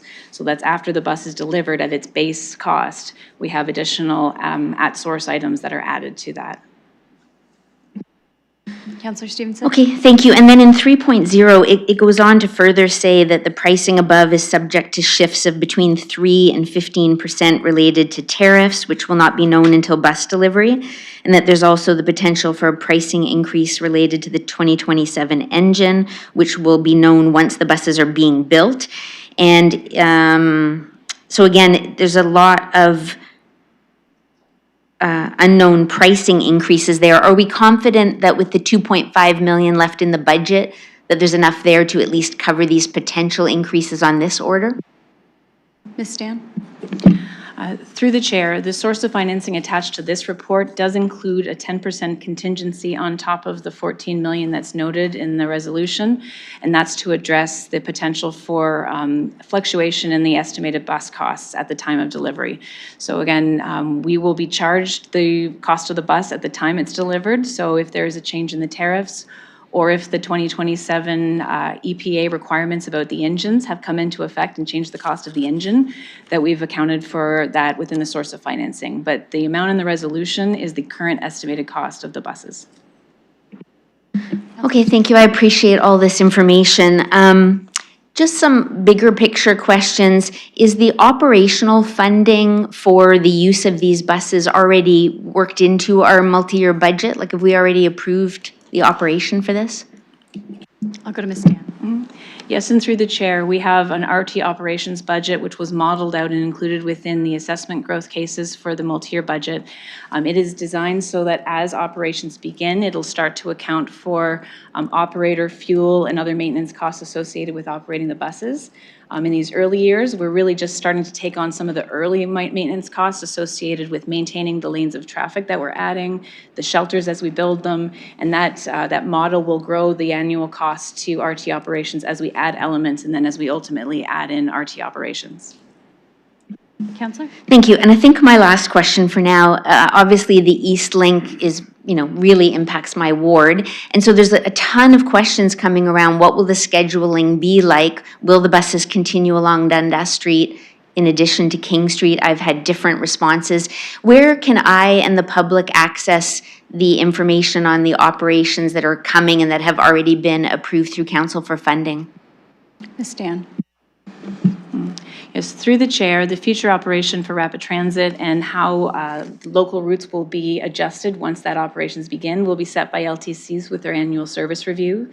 The intention for the RT operations is that on the East Link during peak periods, the buses would run RT buses, one bus every 5 minutes. And then the idea is that any of those existing buses would then, the service could be reallocated to increase the service level of local buses that connect into rapid transit. In the case of Dundas, there will be 1 or 2 existing local routes that continue along Dundas, and so there will be some areas of overlap. For existing, the 2 will continue to run straight down Dundas, whereas the RT operations will pop over to King Street and when they hit Ontario. But in essence, you're going to have that core, a bus every 5 minutes with the rapid transit along the East Corridor, and then local service connecting into that. And how that local service will be adjusted is done through LTC's service review program. Councillor Stevenson? Okay, thanks. That's helpful. And is there a link or a place where the public can go to get this kind of information, and even how it was budgeted in terms of service? Like, I understand that LTC is going to make some final changes, but there's a lot of concern about the existing transit service along Dundas Street and how that might be impacted. Ms. Stan? Yes, through the chair, with respect to service delivery of transit operations, I think that's best directed to the LTC and through their website. And again, when we get closer to initiating the operations for rapid transit, there will be a service review for their annual program, and they'll be looking at how they'll be making adjustments to the routes. And the public has an opportunity through that process to provide feedback. Okay, thank you. That's good to hear. Thank you. I'll go to Councillor Purple. Thank you, through the chair to the staff. I have a question. Regular buses, when I used to be on the commission, there was a federal and provincial funding. It used to be called ICIP. Is this a PTIS? Is it the same source of funding, same stream, or is it just different because of regular buses and potentially RT buses? Ms. Stan? Yes, through the chair. So this report is basically transferring funding from our rapid transit budget to LTC so they can order the buses for us through their contract. It's part of the overall program, which was funded through the Investing in Canada Infrastructure Program, so ICIP. It is part of that original budget and does have federal and provincial contributions towards it. Counselor? Okay, sorry. And regular buses, there was two other sources, City of London and City of London DCs. I didn't see the part of funding of City of London DCs. Is it going to be part of it additionally or not? Ms. Dan? Yes, and through the chair, all of our funding sources for rapid transit are coming from a combination of federal, provincial contributions as well as the municipal share. And then of the municipal share, a large portion of that is funded through development charges as a growth project. And then you have the tax supported component, which is part of that as well, but it's a small portion. Counselor? Thank you very much. No more questions. Thank you. Looking for other speakers on this item? Counselor Trasa? Thank you. Through the chair, I don't have any questions for staff. I think all the questions that I would have been answered in the staff report. And being on the LTC commission, I do a lot of extra reading beyond what's in our staff packet here at council meetings. I want to say the public is expecting us to deliver improvements in the bus system, whether it's the conventional lines or the new rapid transit lines. There's a high expectation from members of the public and increased demands for better service. This would be a particularly bad time to say, we're not going to buy these new buses. Price of these buses is not going to go down. Supply chain issues are not going to get better. The availability of these buses is not going to improve.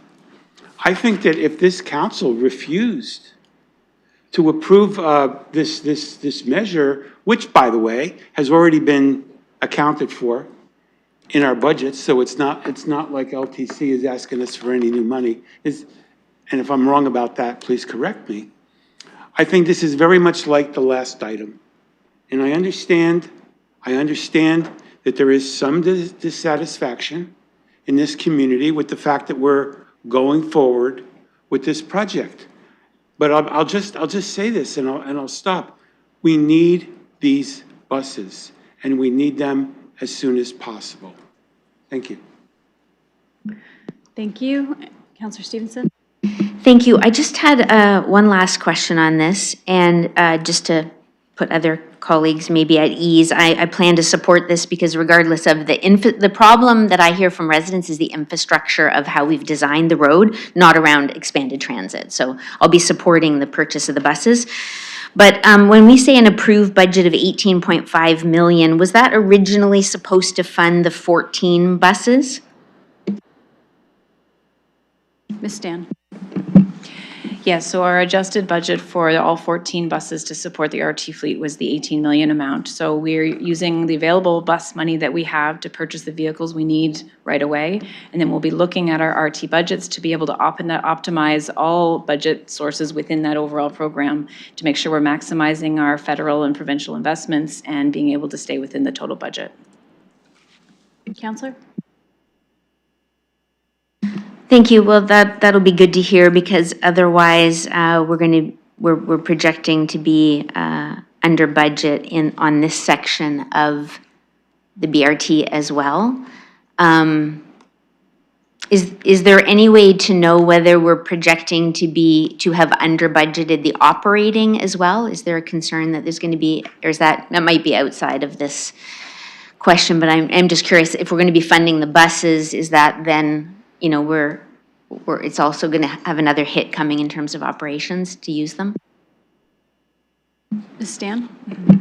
Through the chair, the operating budget is separate and something that we're monitoring as we roll out operations and start to take on those costs. So we've made a lot of estimates in terms of and assumptions around what it takes to operate and what it costs to operate a rapid transit system. So we'll be taking our model and then adjusting it and right-sizing it to our real-time experiences as we start to operate different elements. So that's separate. In terms of the overall capital program for the rapid transit project program, as I mentioned, it is broken into the several several categories, but in other categories, we are seeing some savings. With respect to item 2.9 that we just had on the Rapid Transit, you can see that we had a very competitive price come in on that contract below our engineer's estimate. So again, those are the types of opportunities where we can see maybe savings in other areas. It's really important that we optimize our entire budget across the program, because for every dollar spent, we get that provincial and federal matching dollars. So if we leave dollars, we could leave funding on the table. So we want to make sure we're going to use all of our bus money first, and then if we need additional money to support buses, we'll look at other elements of the program to be able to make sure we're spending every dollar we can to optimize that program. Counselor? Okay, thank you. Again, I really appreciate it because there are a lot of questions around the 30 rising costs on this, so I appreciate it. Thank you. Okay, looking for any final speakers on this item? Seeing none, we'll open the vote.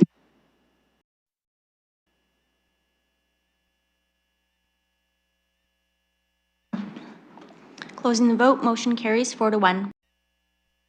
Thank you. That takes us to item 213, which is the update to the council policy, travel and business expenses. I will look for a mover and seconder on this item. Councillor Frank, Councillor McAllister, thank you. Any discussion? Councillor Stevenson? Thank you. Yes, I asked for this one to be pulled because I was concerned about the changes that were made.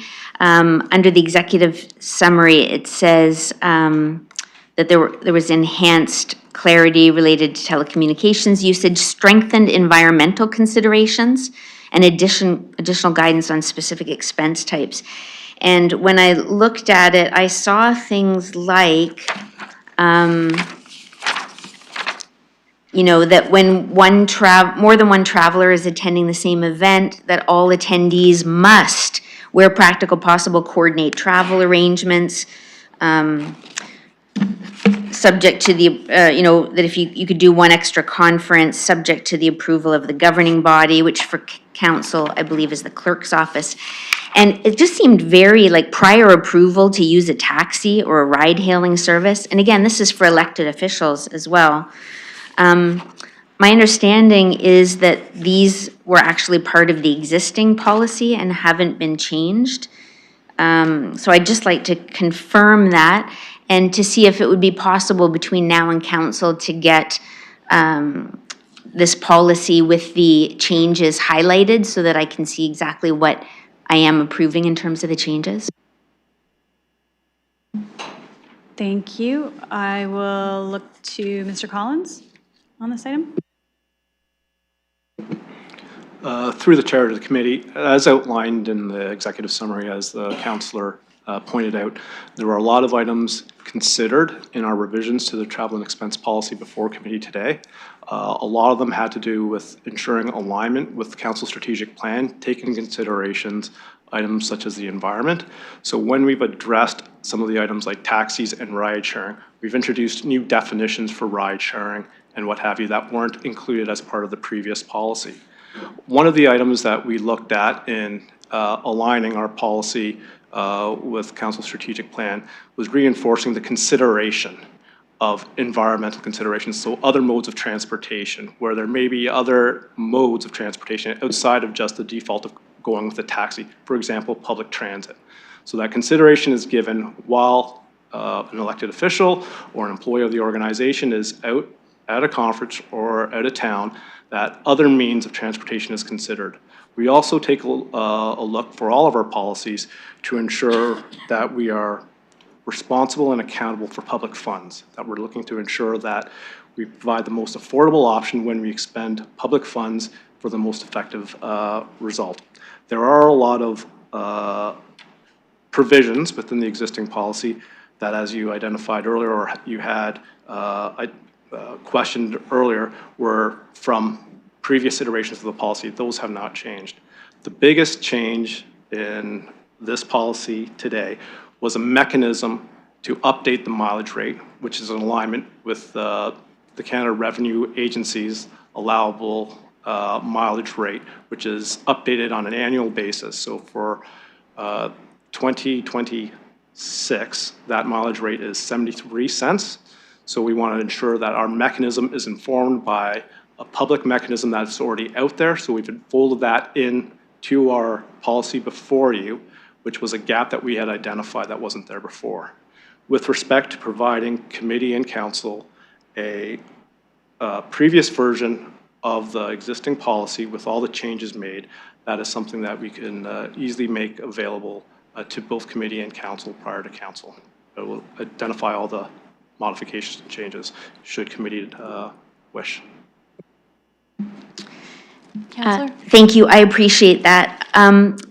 I was not aware that the travel policy was worded in this way and that it lumps together elected officials and city employees in a way that really is very prescriptive, and it's just not something I can support. Like, it even says it's up to the responsibility of the ERO, which would be the clerk, to determine whether the meal expense should be reimbursed. And that when 2 or more officials or staff are present for a meal in town, the most senior person present must pay for the expenditure. Yes. I mean, like, this feels like a benefit claim. We have, I really think we need to separate elected officials from city employees in their process. When I have an expense with a board, I always get approval before I book anything, and I don't do that with my expense account. I report to the electorate, and if they disagree with what I expense, then they won't vote me back in again. So I'd like to move a referral that I have here, and hopefully I have a seconder. And I would just like to have the policies separated, because they are quite different. Would you like me to read the referral? Thank you very much. That the staff report dated February 23rd, 2026 to amend bylaw number CPOL 227479, being a bylaw to revoke and repeal council policy related to travel and business expenses and replace it with a new council policy entitled Travel and Business Expenses, to repeal and replace Schedule A, to the bylaw be referred to Civic Administration with direction to prepare 2 separate policies, one governing travel and business expenses for Civic Administration and a second governing travel and business expenses for members of council, and to report back to the future meeting of the Infrastructure and Corporate Services Committee with the proposed policies. And through you, we went back and forth on this today, and I appreciate staff's support in trying to get the appropriate wording on here. I would just like to, I'm happy to move this. If I have a seconder, I'd also like to just hear from staff that they're happy with the wording of this as well. Thank you, and I'm happy to second this to get it on the floor. And I will look to staff, maybe to Ms. Barbone or to Mr. Collins. Ms. Barbone, go ahead. Thank you. I don't believe there was a question in there, but perhaps for some clarification that we would be able to, in the past, the policy has been separate. That's 10 plus years ago, I believe, but it did exist separately. In order to separate out the policy, that policy update would not be able to come forward this year. It would take us some time to pull everything out. So the current policy would prevail, which still includes the majority of the items, excluding the ride sharing and some of the things that have been added from the environmentally conscious. But certainly we would look to bring something forward as early as we can, but it certainly wouldn't be until 2027. Counselor? Yeah, thank you. I'm happy to just proceed with this. Okay, thank you. I'll look for other speakers on the referral. Councillor Stevenson? So I will just say, so I want to clarify, so this referral would then allow the necessary updates in regards to per diems and that kind of thing to go ahead, and it would ask staff to come back at a later date with the policies separated. Is that correct? Ms. Barbone? Thank you through the chair. If this policy update is not approved, the per diems, the changes that have been made do not apply and would not be put into effect. So the per diems would stay as per the current policy, as are all the current authorizations that are in this policy that currently exist in the council approved policy would stand. So we would work on a new policy, but we would not be able to bring that till 2027, and the current policy would apply until then. So very specifically, the per diem update is not included. Okay, thank you. Now, I would imagine that is possible for us to just separately approve the simple per diem updates and allow this to be referred back if we work with staff between now and council? One moment, I'm just conferring with the clerk.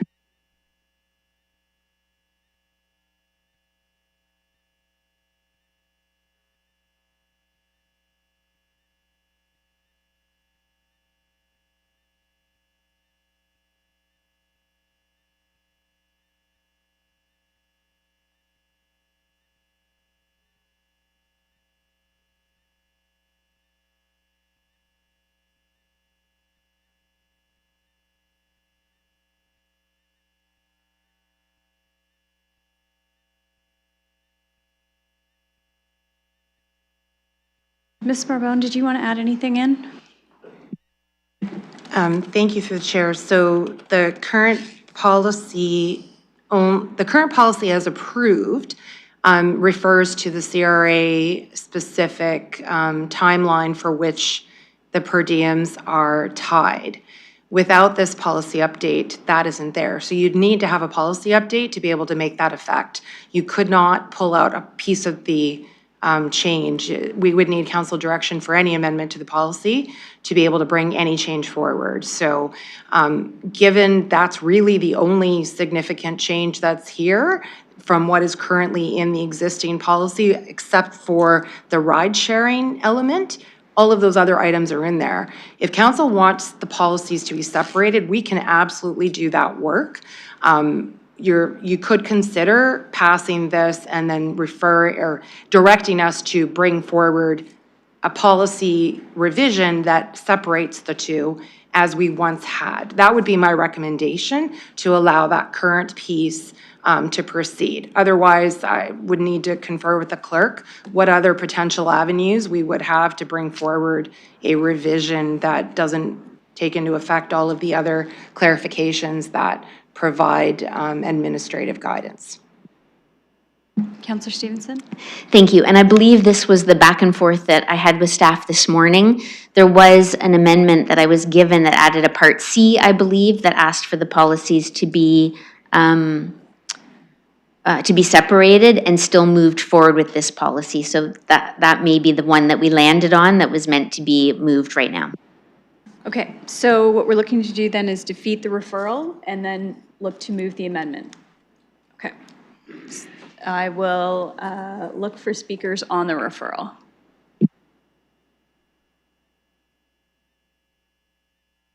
Okay, seeing none on the referral, I'll open the vote.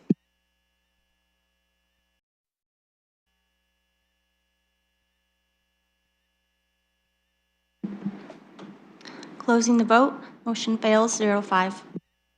Thank you. So we're back to the main motion. I believe Councillor Stevenson, you had the floor, so I will give you the floor back on the on this item. Thank you. So I'd like to move the amendment that was provided by the clerk this morning that added, I believe, a Part C.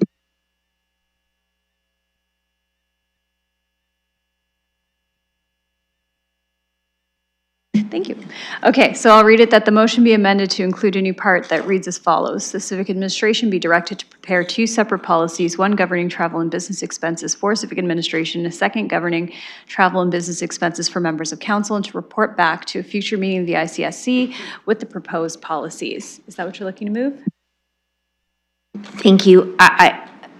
I imagine, though, there's going to be some direction required or not. I'd love to know through staff regarding the council policy being different than the policy for staff, rather than just make them two separate ones that look the same. Like I said, there's things in there around authorization and approval and pre-approval for a taxi. Just doesn't seem appropriate for an elected official, and I'm assuming there's no direction needed, that staff will come back with something that then would be approved by council a future meeting in 2027.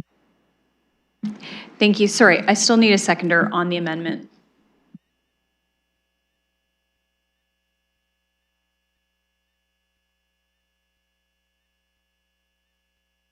Okay, I don't have a seconder. I'm happy to second it just to continue the discussion, because I do have some points as well that I will be raising, so I will second it. Councillor, sorry, on the amendment, did you finish off with a question? I can't. Can't remember where we left off. Just a question to staff to just confirm that we don't need to get specifics right now, that we can leave that with them to split it, and when it comes forward, committee can look at it at that time. Ms. Barbone?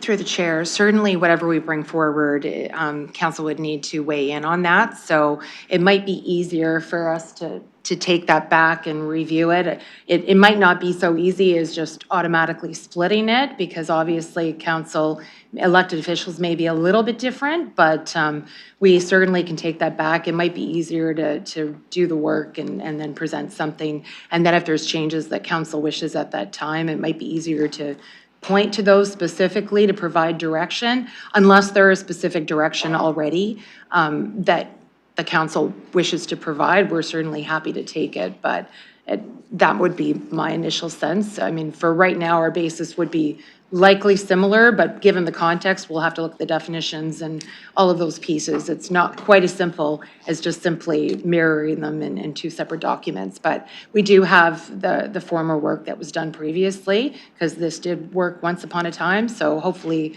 that may make it a little bit easier to separate into two. Councillor? Thank you. So just on this amendment, I really dislike the way this policy currently is, but the urgency of trying to fix it is not there if this is the existing policy, right? So I think the amendment to just have staff come back and do that at a later date and separate it out would be appropriate.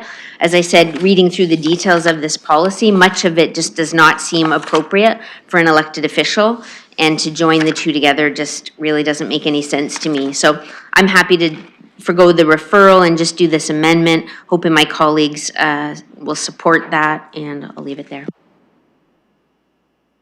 Thank you. Looking for other speakers on this item.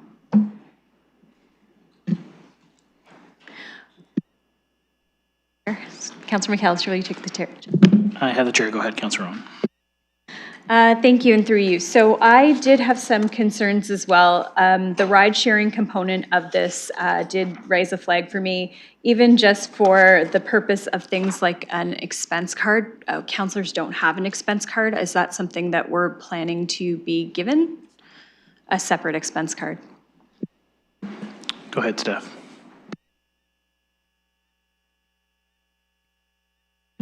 Thank you, through the chair. I'm just looking to see if Mr. Collins has anything to add. I believe that's referring to the procurement cards that are city credit cards that staff have access to, as opposed to a specific different process for the elected officials. So we can definitely look at some of the terminology, but there is not any changes that we're anticipating with the way things are currently being done from that perspective.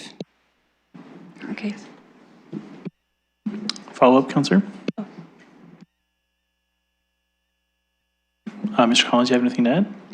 Yeah, through the chair of the committee, just to add to Ms. Barbone's response, when you're using ride sharing, there's multiple avenues to pay back the ride share, either through your P card if you're a city employee, you'd use that.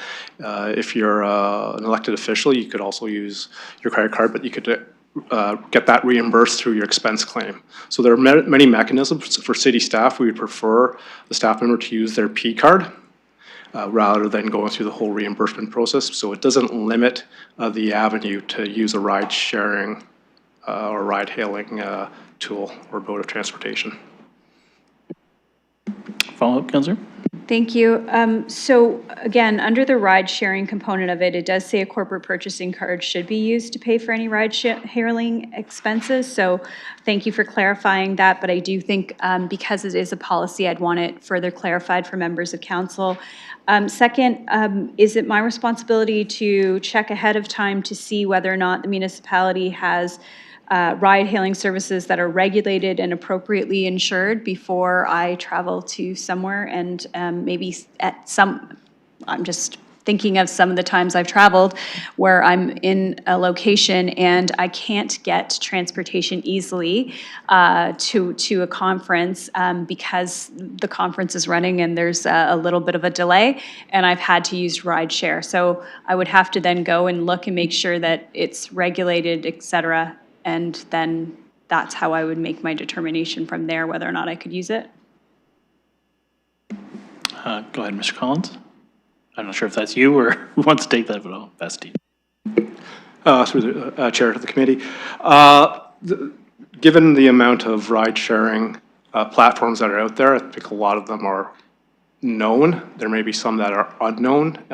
So the preference would be to use a lot of the ones that are on the existing radar that are throughout the various communities, be it some of the ones that we find in the City of London ourselves. That they're pretty well-known and well-established versus one that's probably foreign to us. Follow-up, Councillor?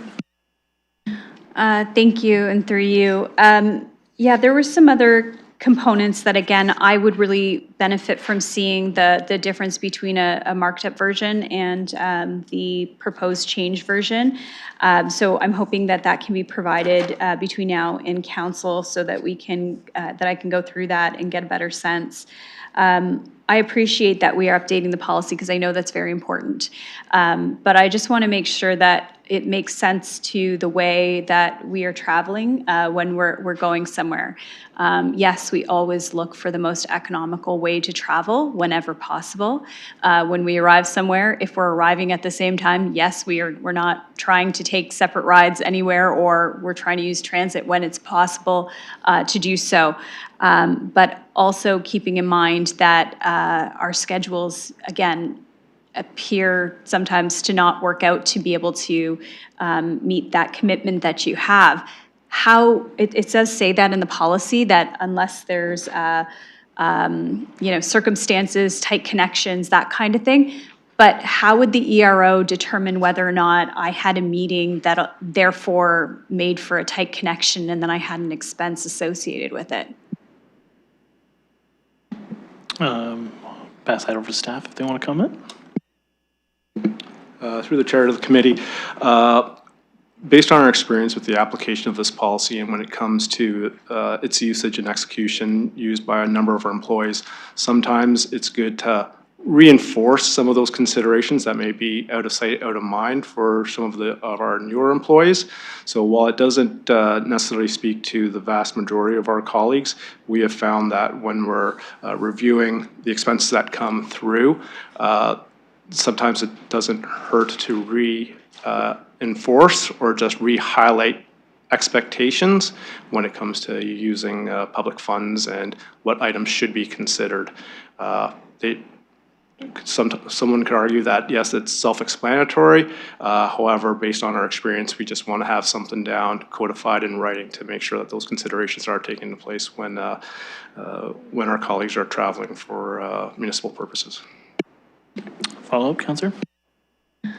Thank you. And just to clarify, for 4.61, authorized travel 202 in page 203, of not the added because of different page numbers for the original agenda. It has this list A and then II and going into B. I'm just wondering, in some portions, when it talks about staff versus officials in this policy, so A says officials are entitled to receive reimbursements for the expenses while attending, and then it has the list.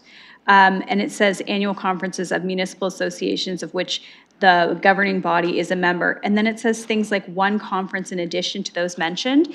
Could I just get more clarity on that, how that's intended to be interpreted?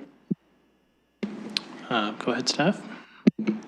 So through the chair to committee, earlier on in this conversation, Ms. Barbone mentioned that a number of years ago, there were two separate policies separating the elected officials and civic administration. As part of that consolidation, there was clear delineation between what was expected at the time from councillors when it came to section 4.6.1, as well as from civic administration. So over the years, that reflects what it was back then. So at the time, from the council's lens, it may have been expected that there was only one conference, and that's why we carried on that language within the current policy that has been consolidated.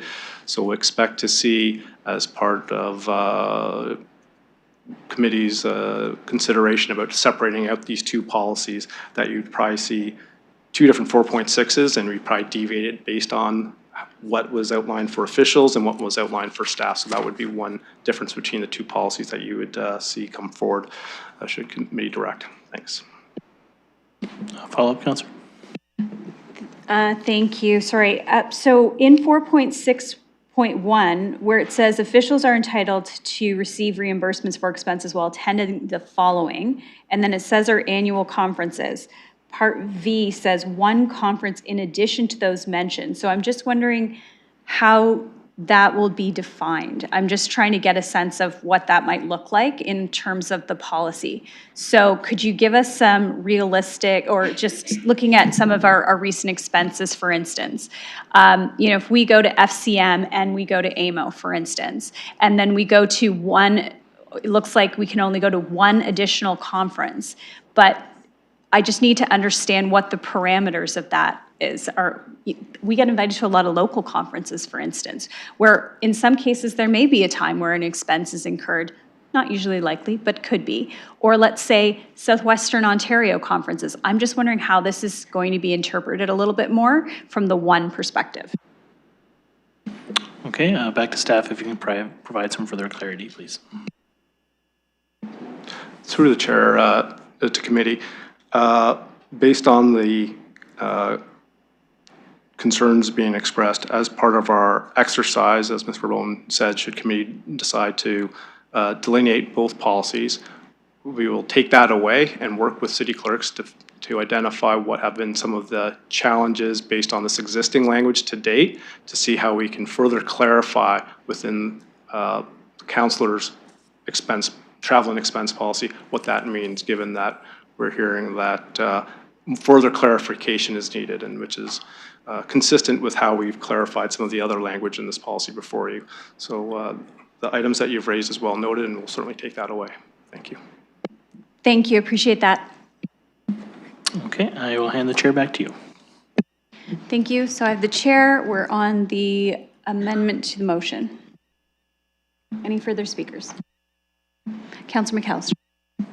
Thank you, and through you, I'll try to be as quick as possible with this. I'm just wondering, could some of these changes just not be made within the existing policy? Like, we've had this conversation today.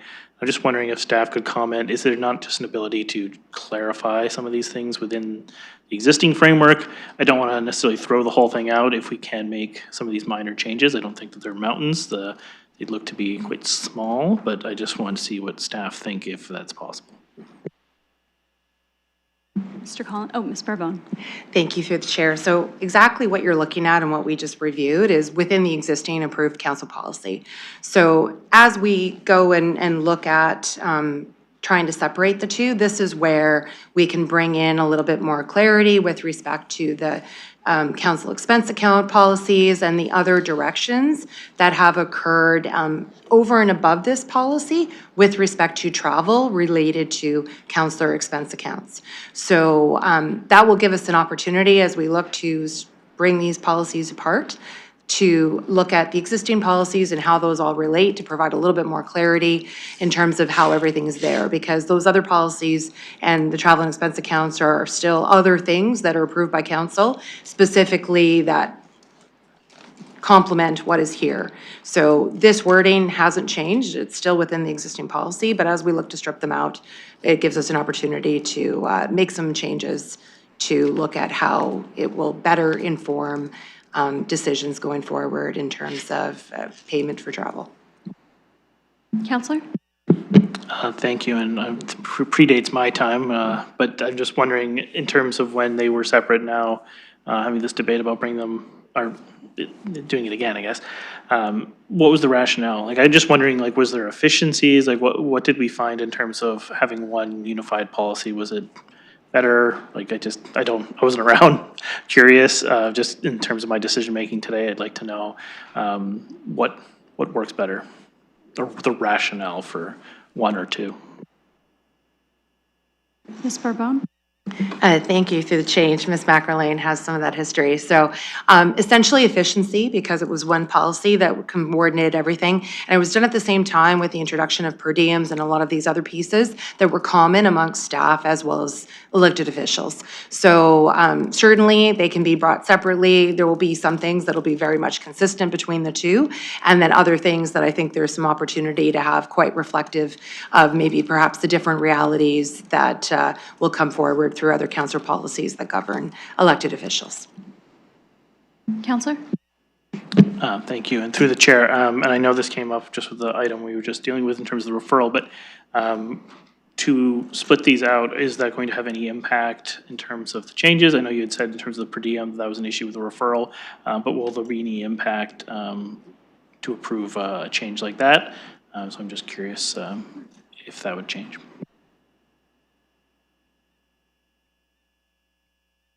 Ms. Barbone?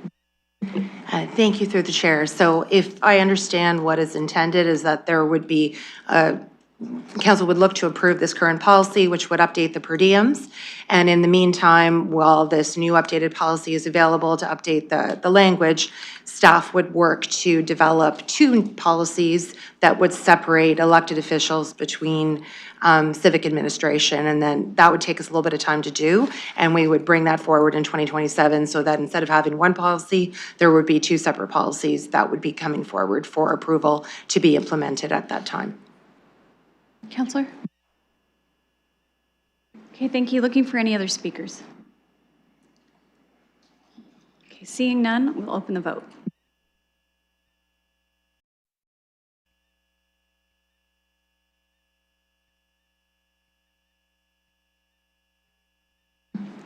Closing the vote, motion carries 3-2. Okay, thank you. That takes care of, oh, now we're on as amended, sorry.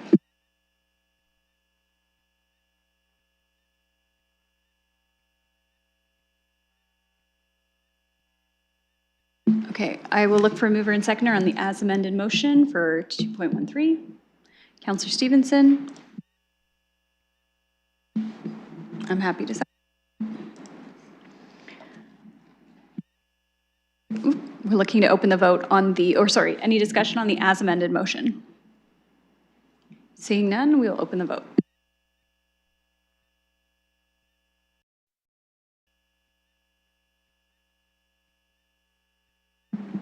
Closing the vote, motion carries 5-0.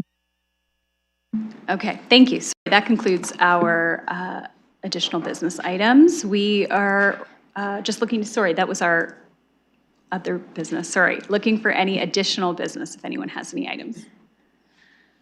Okay. Thank you. Hearing, seeing none. That takes us to our confidential matters. We have two items by which we are going in camera, and those items are outlined in the agenda. Looking for a mover and a seconder. Councillor Stevenson, Councillor Frank, thank you. We'll open the vote in a moment.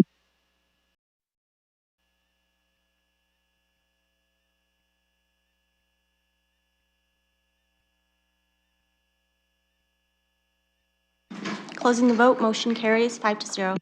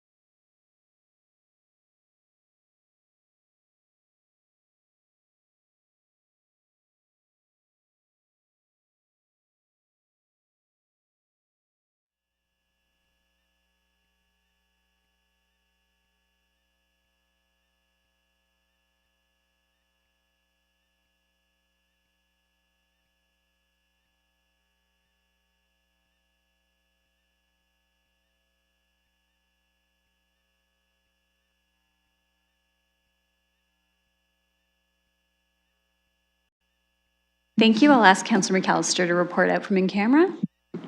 Reporting that committee went into closed session, that progress was made on all items for which we went into camera. Thank you. With that, I'll look for a motion to adjourn. Councillor Stevenson, Councillor Frank, thank you. All those in favor by hand. Motion carries. Thanks, everyone.